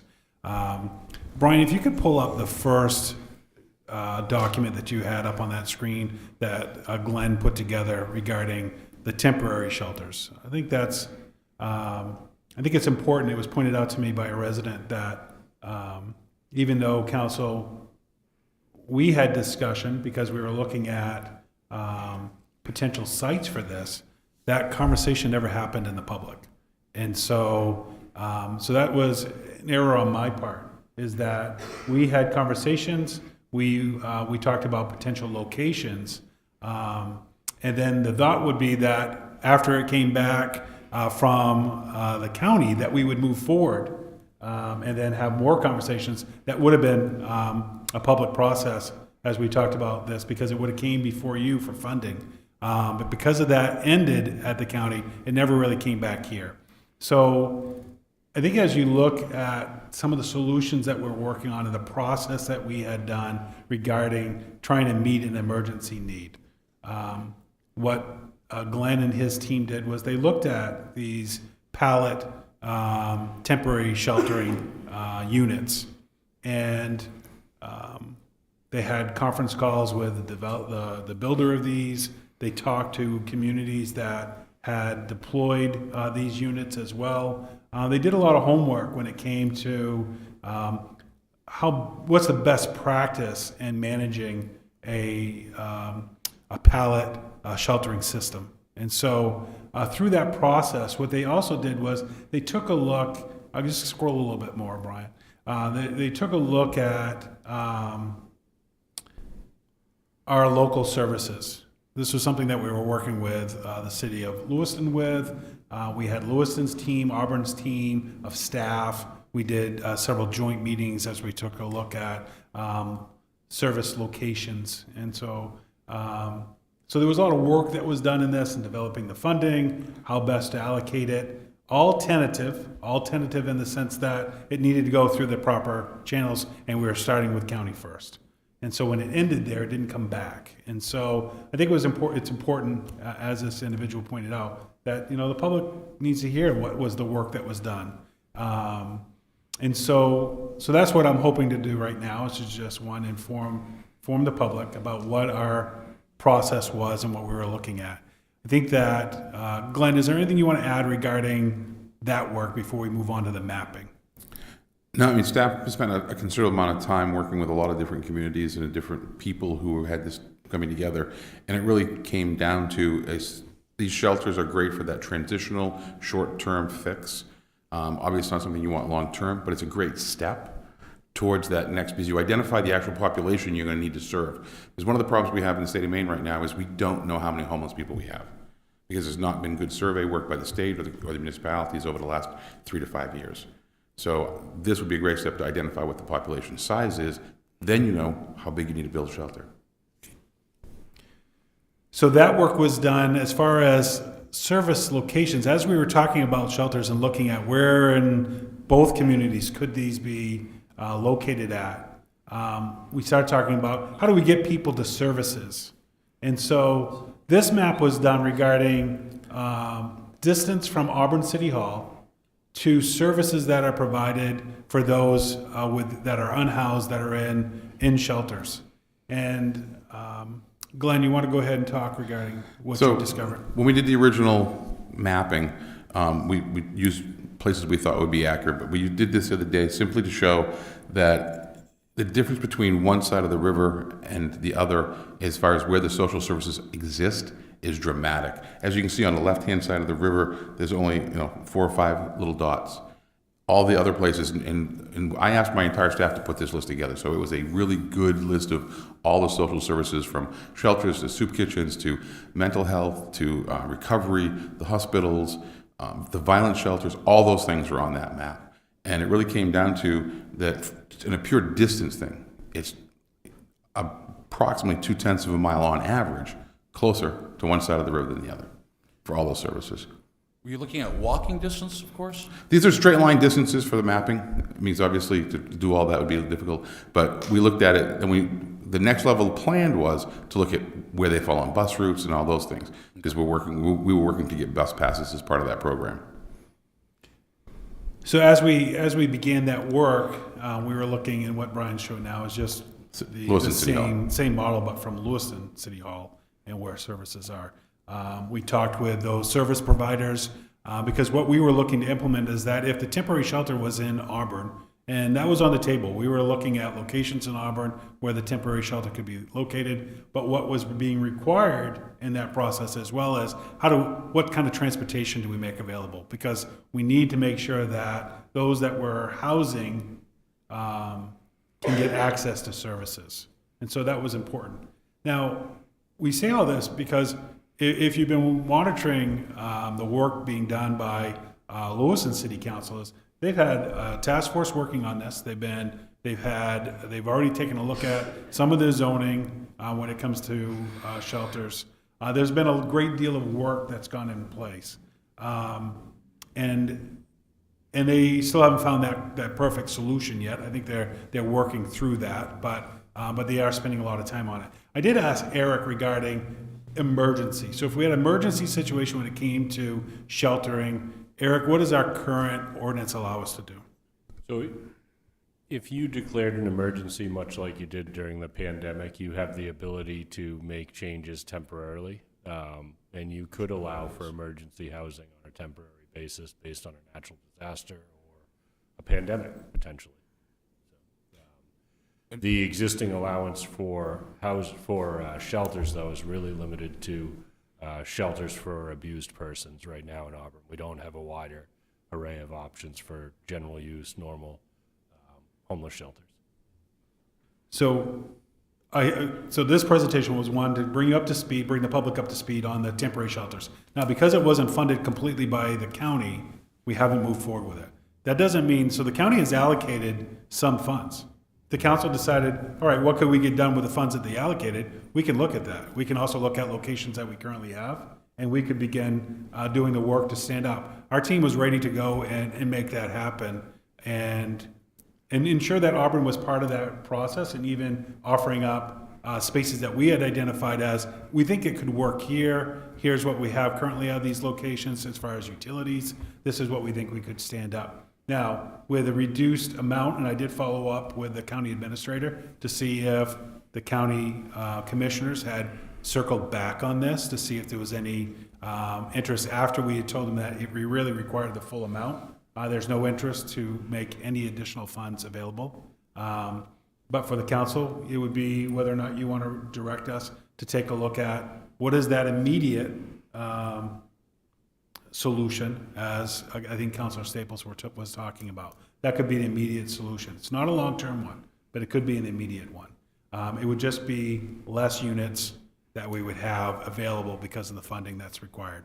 So we would, we'll support whichever way the council goes on this. However, it's really important. I think for the planning board to go through this process, I think they need to have some of that similar work that was done that Lewiston's currently doing. And so I would encourage you to then think about, okay, how would you like to move forward with getting that information so that the planning board can make an informed decision regarding zoning location. Councilor Milk says hand up. Yeah, I would like to, it seems to me sending this to the planning board at this point is putting the cart before the horse. Their job is not to do policy, that's our job. And I think if we had a plan in place and we said, hey, this would be a good location for these temporary homes, or we like this facility here, here's what the plan, we're gonna take ARPA money, we're gonna put it towards that, that goes to the planning board. But not where should we do it and what should it look like? That's not their role. So I think that there's certainly a need and we have a role in that, but we shouldn't be sending this to the planning board for that reason. So let's, okay, so I do want to make sure that we are looking at two separate issues. We have the temporary shelter issue. That's a separate issue. And this issue right now in front of us, this ordinance, has to do with sending an order to the planning board to review what areas of the city could have a homeless shelter. The city manager brings up a very valid point of Lewiston. And before we go on to the conversation, I want to remind everybody about what happened in Lewiston. It was almost a 1-year process that was wrought with politics and division, and at the end of the day, they still don't have a shelter. So I do, and I'm going to go back to what former Councilor Titus said, a city of our size going at this alone will definitely need the support and the partnership of a non-governmental organization, church, nonprofit, so on and so forth, in order to make something happen. We have other alternatives with regards to zoning. A limited declaration of emergency, as Mr. Cousins talked about. We had conversations during our declared emergency about changing all ordinances. And when you look at our charter, the mayor, for a temporary period of time, could have changed everything. Income standard and ag, you name it.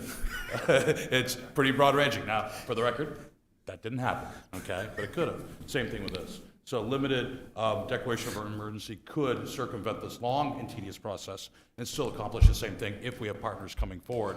I would hate to see our planning board get bogged down in what inevitably will become a political decision, pitting ward against ward on a hypothetical question of homeless shelters within the city.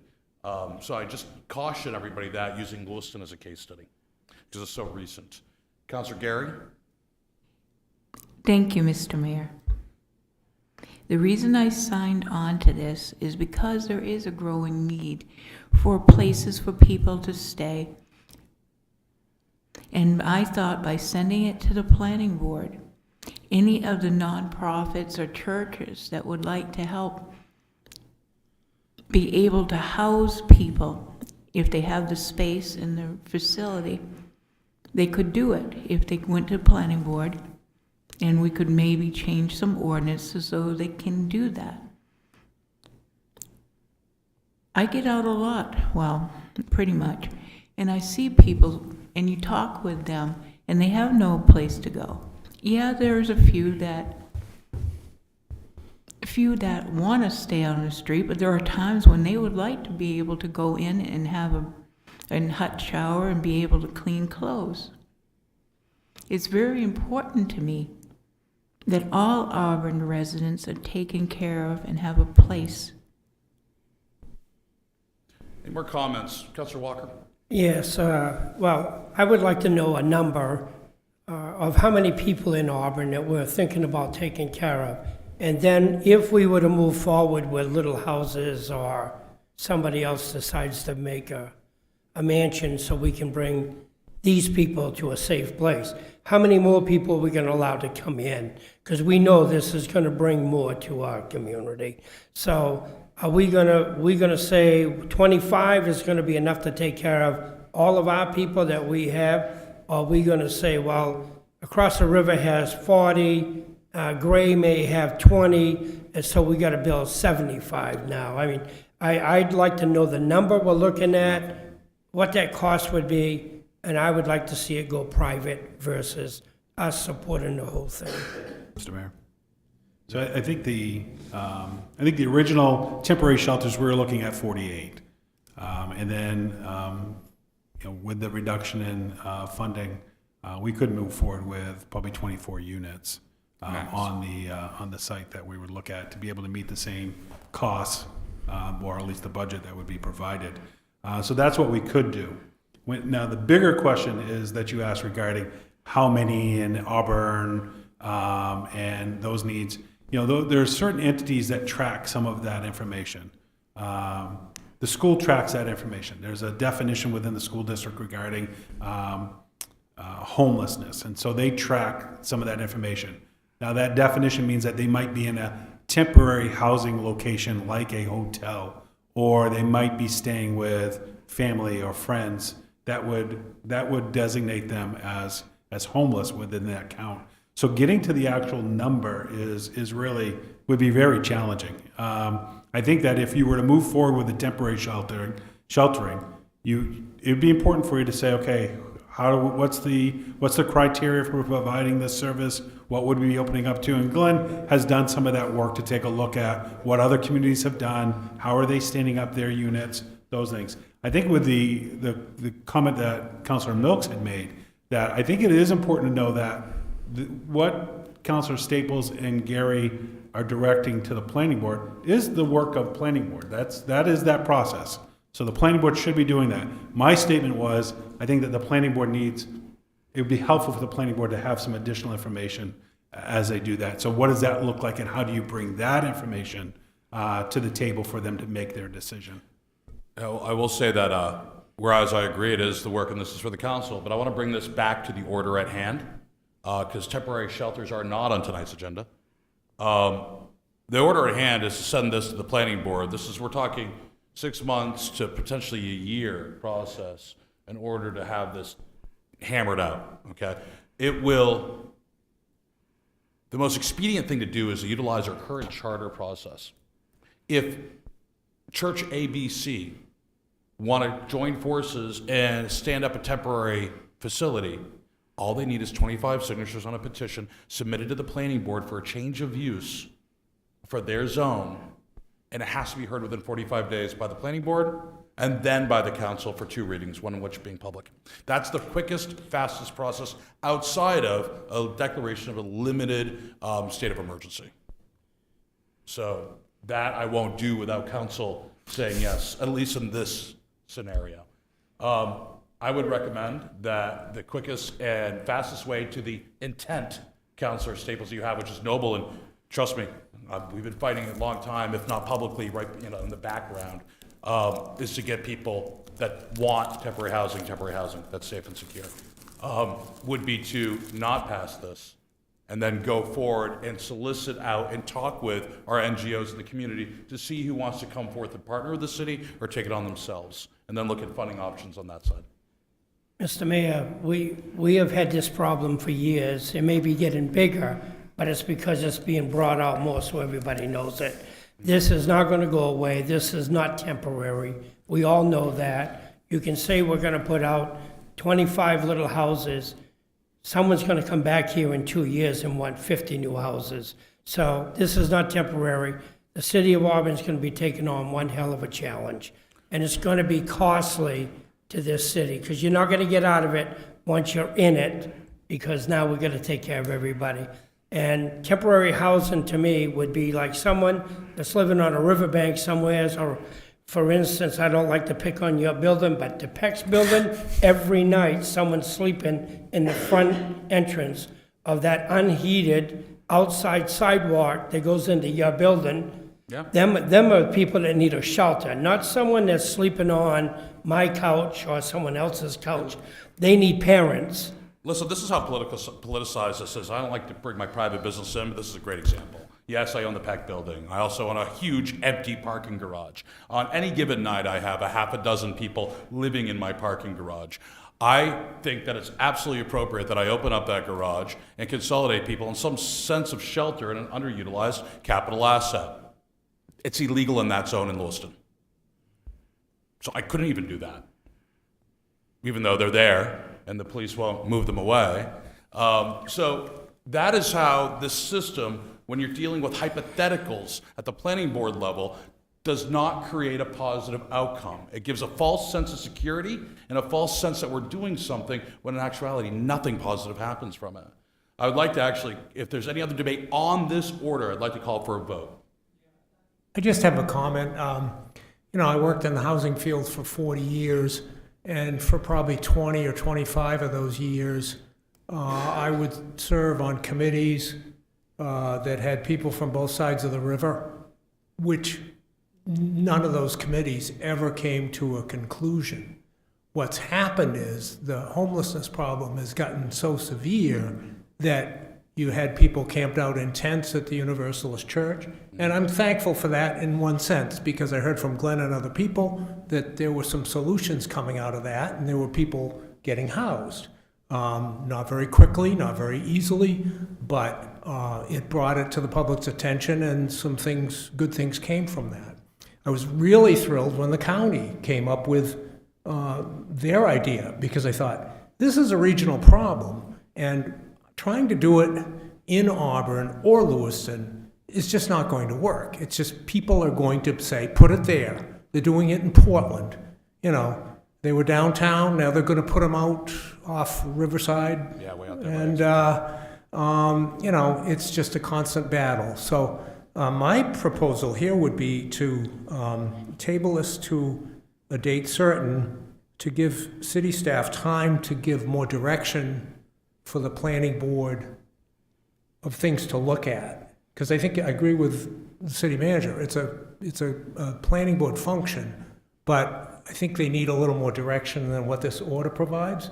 So I would propose we table to, I don't know what a good date would be, but I would defer to the city manager for a date. So I have a motion to table to a date certain based upon 60, 90,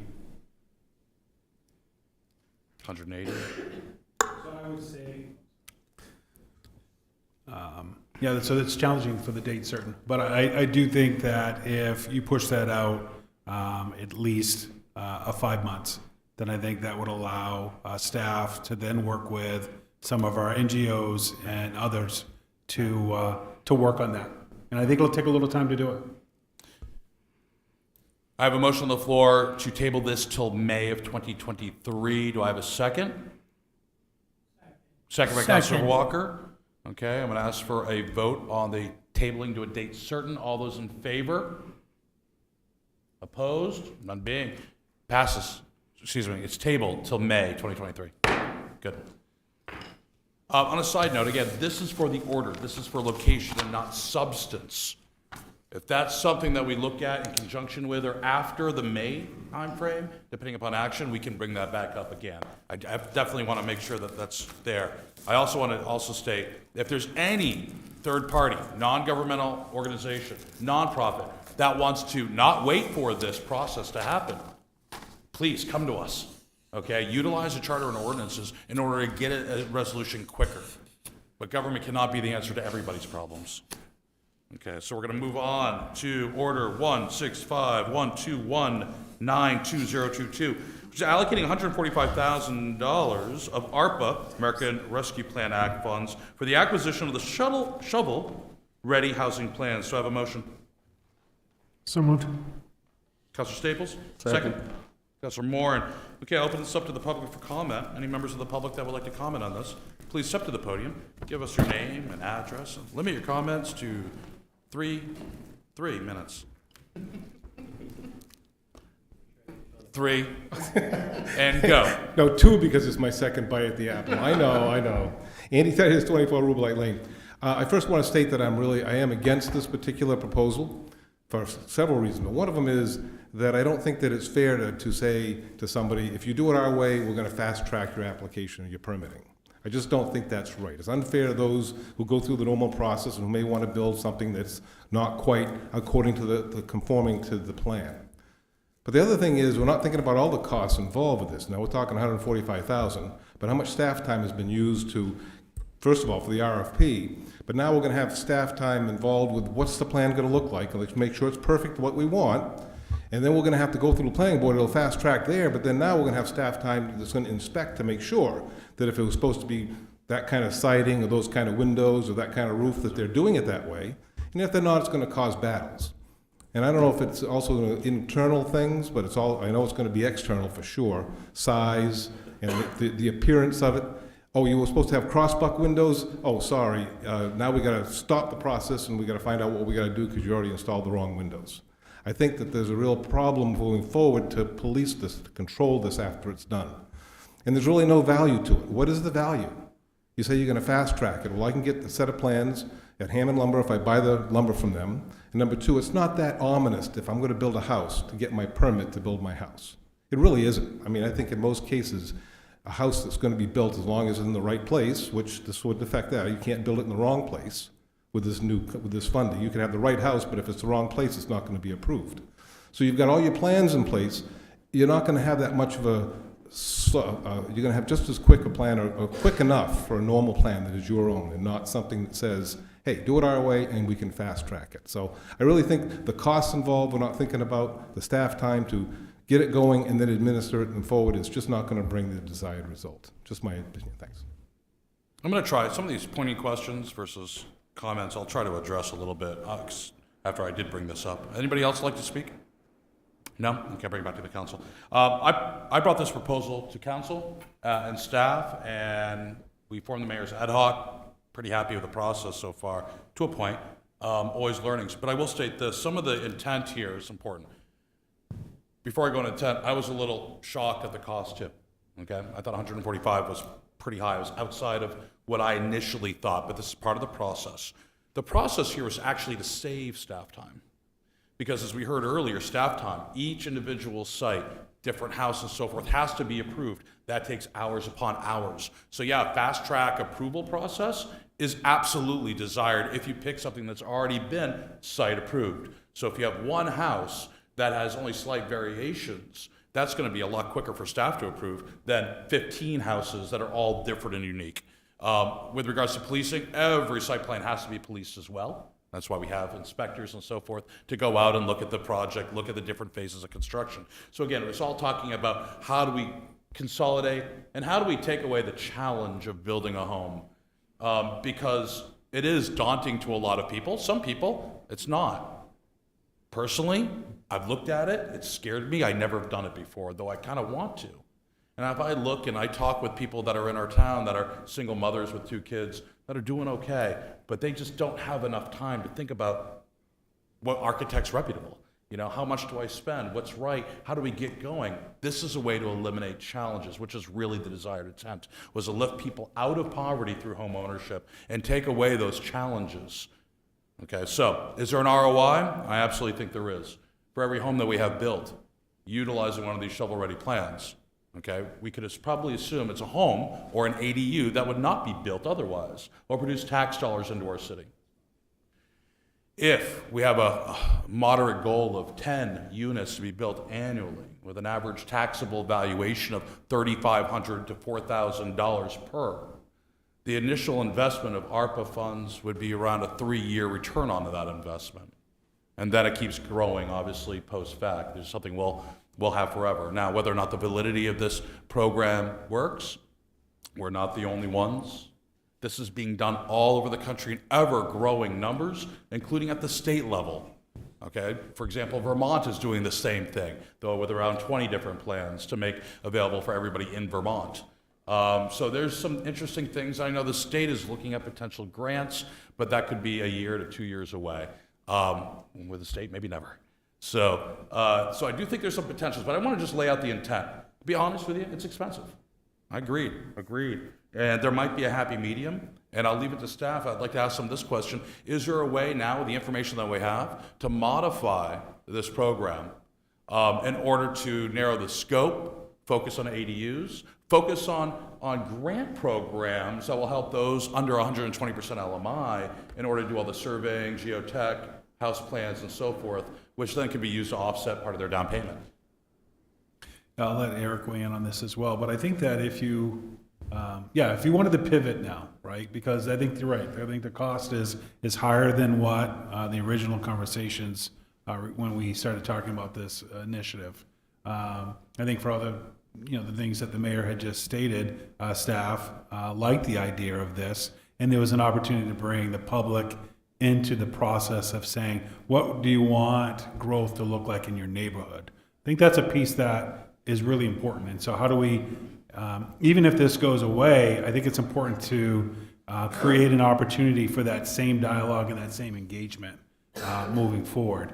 But you could take and say, well, we want to take X amount of dollars and provide it for city-owned properties that we'll be making available. And on those city-owned properties, it would come with a grant opportunity that would include funds that could be used for design, architect costs, maybe some site work, whatever it might be, to help make it available, lower the threshold, the bar, I guess you could say, for someone to be able to build a home in Auburn that may not have been able to have that opportunity prior to that. That's something that staff could work on, and we could come back to you. We could work that into if you're going to make a purchase, if you're going to receive one of these lots.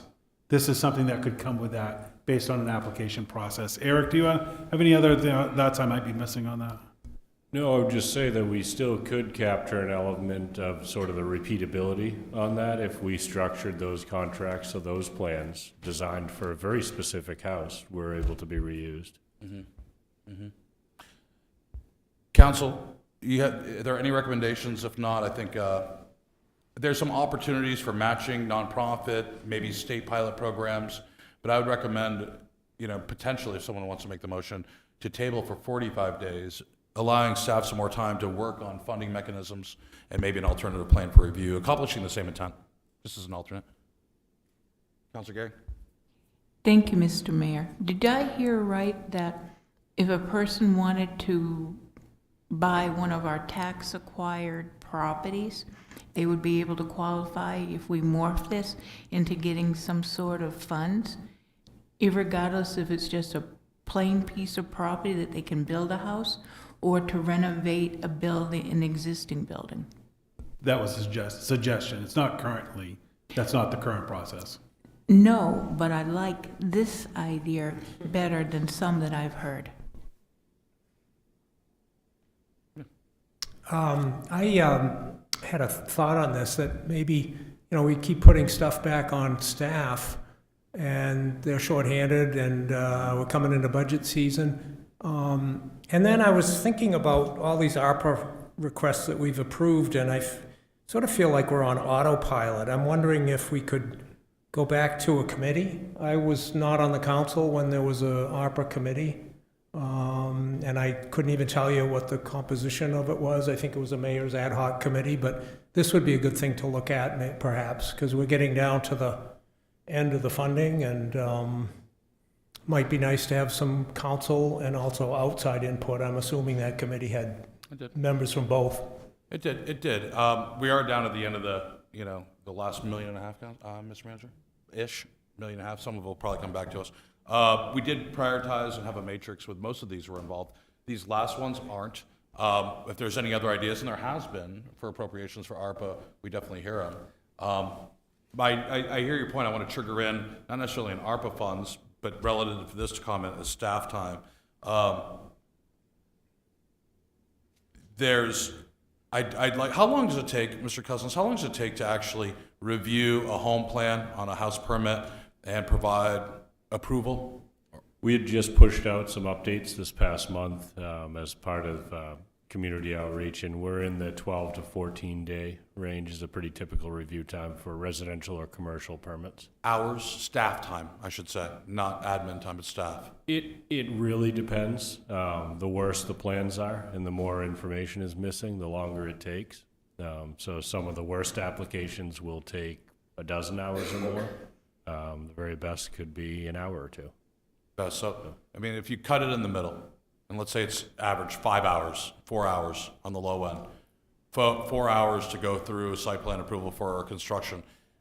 If you look at, I'm just trying to, how do you back in a staff time? In other words, you want to make sure that you have an efficient use of staff time, and over a period of time, this will save staff hours, correct?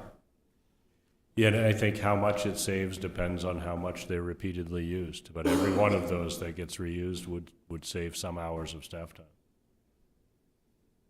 Council comments, discussion, debate, motions? Yeah, sure. I think this is a good intention. I like the idea here. Definitely scared away by the cost. I think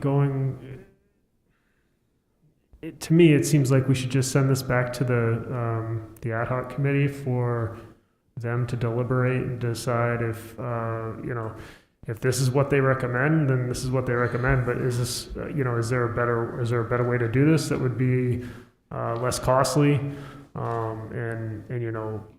Another thing is, inside of the council packet, we weren't really given all that much information about what we're asked to spend $145,000 on. I'd like to see, what the money's going to get us. I know that's kind of part of it, but I mean, what exactly are we asking in this RFP? I think that would be nice to have in there. Yeah, I think it's important to see the proposal. I mean, I did review the proposal post their voting. It's a good proposal, and that wasn't in the packet. From the committee selected, just to go over a little bit of details, the actual mayor's ad hoc committee had a very detailed scoring metrics, and actually voted and scored and chose the firm that's coming forth to us today. So Mayor, what you're moving forward, or what's on the agenda tonight, is allocating ARPA funds, not selecting the vendor, which is why the RFP response was not put in the packet. If you had allocated these funds, then there's a purchasing process that we have available. That does become public. But I wouldn't want to make that public until a decision's made and we've agreed with someone on that, on the RFP. So it is challenging the way that we're going about this, because you're talking about allocating funds. And then there's that process that we did share with the ad hoc committee, because that was the directive of the ad hoc committee to create that and be part of that RFP process and selection.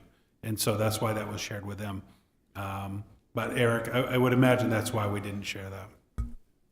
Yeah, it is more difficult to go out and solicit proposals without the consultants knowing sort of the budget, so they can decide on the level of detail as well, and what they're submitting. For grants? Mm-hmm. Speak, but we can't hear you. Yeah. I was just asking the other counselors, the best solution in my eyes right now, and I want to talk it out with everybody else, is, allocating $145,000 is a lot of money. But if we can find a way to repurpose those funds into grants, such as if you were to buy a property, off the city, and you rehab it, you build it, what have you, then you get X amount of dollars, as a grant, if we're able to use ARPA funds for doing something like that. No, from past things, we can, as long as they're income limited. I believe it's 120% of LMI. Yeah, roger that. So 120%. So that is income limited based upon federal statutes. We did this with the ADU program and some others. Councilor Moore? Yeah, maybe, I like that thought. I like the original thought from Councilor Whiting, and to take it one step further, and I might be a little greedy on this, but to kind of kill a couple birds with one stone. Using grant money, city-owned property, obviously that checks a lot of boxes.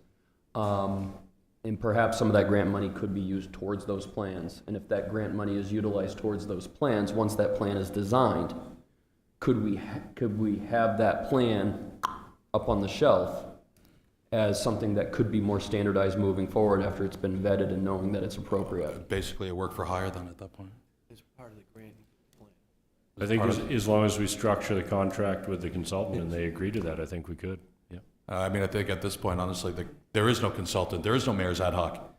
If they get a grant, they get an architect, we co-own that plan. And then we can reuse it. So it takes away the community feedback portion, which was another primary intent of this, was to get feedback from community members. But as Mr. Cousins said earlier, that feedback came with a substantial cost. Well, I mean, if we did not want that feedback or that community engagement, we would have saved, I can't remember the number, was it 40 or 50,000, I believe? It was substantial. It was close to about half of the $100,000 4 unit. I don't remember the exact number. So when we're looking at this, we're not just paying for plans, we're paying for community engagement. And I think that's where you have to weigh the benefits of that. Now, we can't just form a mayor's ad hoc to design or create design standards in the city of Auburn like an HOA. That wouldn't work. Okay, that would be an HOA's rule, and we don't have that as a city prerogative. Comment?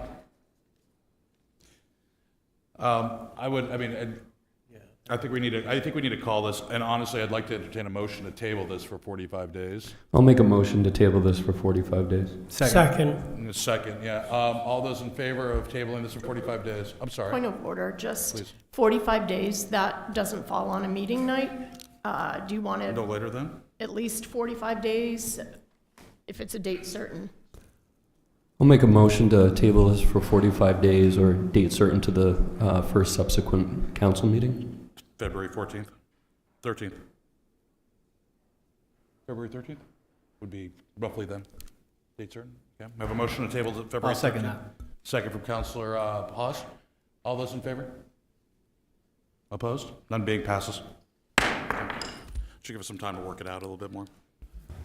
Okay, next on the agenda. I'm sorry? Open session, yeah. Next is open session. Let me just double check something here. Any member of the public is allowed to speak, invited to speak. Just please step to the podium, give us your name and address. Limit your comments to 3 minutes. And please talk about issues directly related to city business, which is not on tonight's agenda. Is there anybody that would like to speak? None being, we'll close that last open session. Going on to mayor's report, I'm sorry? We'll go to mayor's report. Only one thing, and that's school committee. Very important meeting this Wednesday. The ad hoc committee that was formed, myself, Councilor Moore is on it, about dual enrollment and concurrent enrollment, based upon council's resolution about the need or the desire for the likelihood of our high school students to achieve or have the potential to achieve an associate's degree or a certificate of value upon graduating from high school is moving forward. The superintendent alluded to this. It will be presented on Wednesday, but it is senior semester at Central Maine Community College. They have been an active participant in the ad hoc committee. They heard all the objections. They solved them all. So a senior in their spring semester can fully matriculate to Central Maine Community College. All books, all fees, all tuition, everything's paid. If their classes overlap lunch, they'll pay their lunch. So everything is taken care of. Mr. Morton and I were just sitting there and just absolute unbelievableness. This is a great program. It also creates pathways for juniors to start taking more classes, and seniors their fall semester take even more in preparation for that final push where they're going to college for free. And I think we can't praise this enough. It'll be very interesting to see what the school board has for determining vote on this tomorrow. But CMCC is rolling this out and has hired staff specifically to pilot this program at Everett Little and to be a state leader starting January 13th.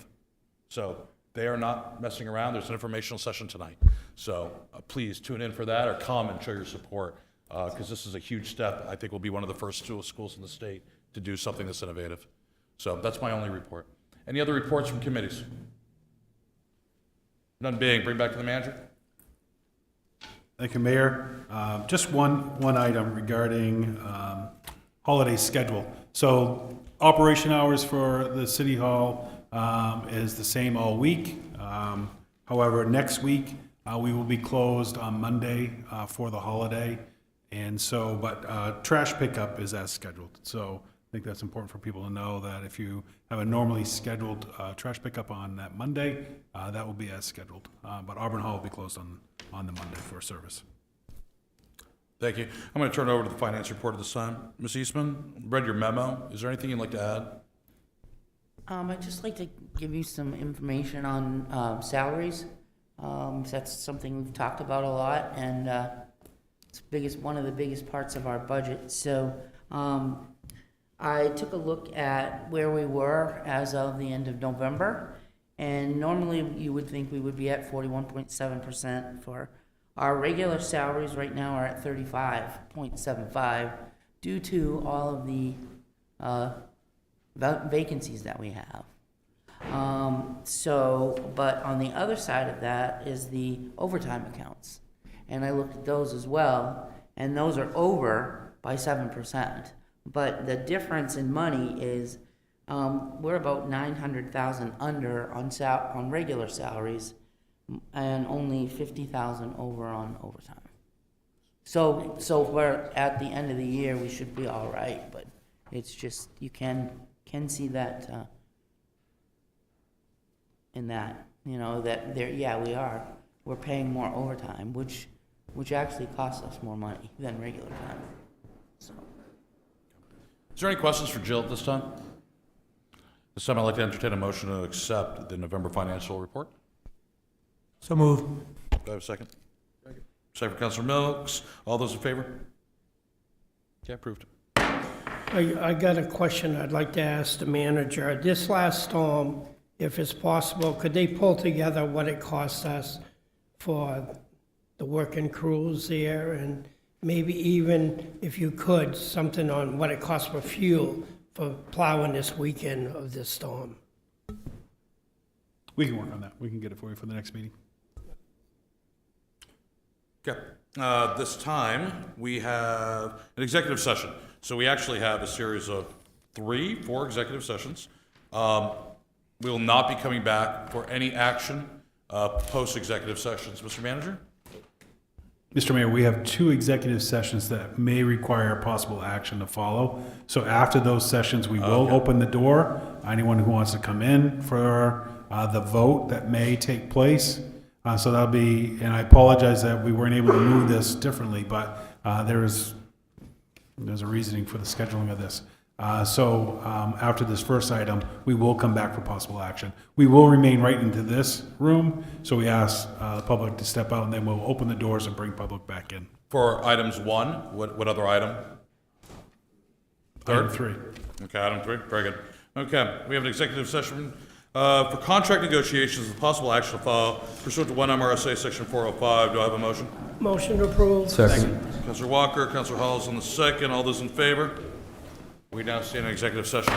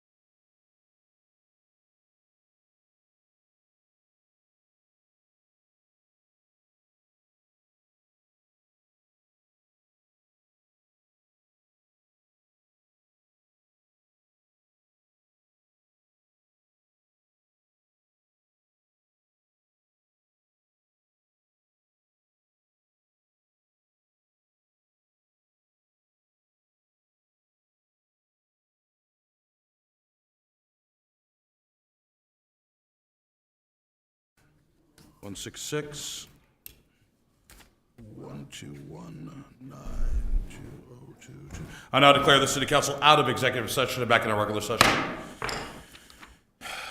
Next up, I have an order. Order number 166-1219222. Order that the City Council hereby authorizes the city manager to execute a memorandum of agreement for retention efforts and to reopen patrol, detective, and command unit contracts for negotiations no later than February 1, 2023. Do I have a motion? Motion to accept. Motion, Councilor Walker, second from Councilor Milks. I'd like to open this up to the public. Is there anybody in the public that would like to comment about this order? None being, I'm going to bring this back to the council. We are dealt with a very tenuous situation within the city due to factors beyond our municipal boundaries, namely the actions of our neighbors who have promoted an aggressive hiring and payment policy in excess of 30%, which has therefore cost us 5 critical staff members within our city's police force. We are faced with really taking a hard look at what we offer and how we offer this, and how we offer our public safety services. First and foremost, we absolutely support our police officers and the hard work they do with our city, though dealt with some really different times, if you would, and outside variables that are beyond our control. We needed this time to really think and work with our police patrol officers and command unit. And we do believe that, at least I believe, and as a city council I believe we believe, that this retention bonus is a good stopgap measure. It helps financially reward our public servants, show them that we actually do care, and it's not just platitudes and fancy talk, but it's actually, doing something important. So with that said, I'd like to thank our remaining patrol officers and command unit for staying with Auburn and working with us, their elected officials, their chief, thank you chief, and assistant chief, and our city management in order to come up with a good solution that will move Auburn forward regardless of any adversity that we have. So before I call for a vote, is there any other last comments from the council or city manager on this? None being, I'll ask for a vote. All those in favor of this order, please raise your hand. Opposed? None being, passes 7-0. Mayor, Council, thank you very much for your support. I know our officers and command staff greatly appreciate it. And again, thank you. Thank you, Chief. I know it's difficult. Thanks, Chief. Okay.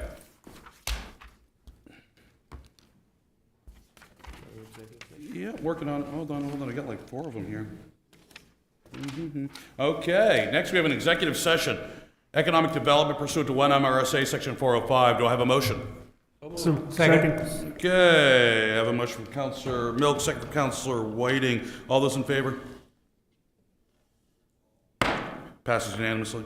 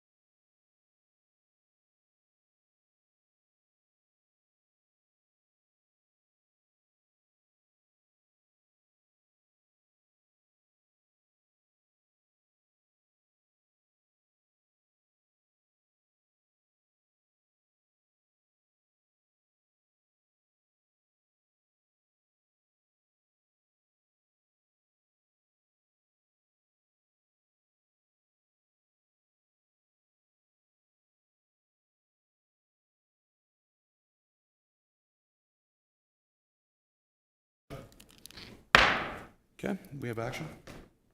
Okay. Second one, we now have another executive session, economic development with possible action to follow. This is pursuant to 1 MRSA, section 405. Do I have a motion? So moved. Got a motion, Counselor Mills, second for Counselor Walker. All those in favor? We're now in executive session by vote of 7-0. It was quick.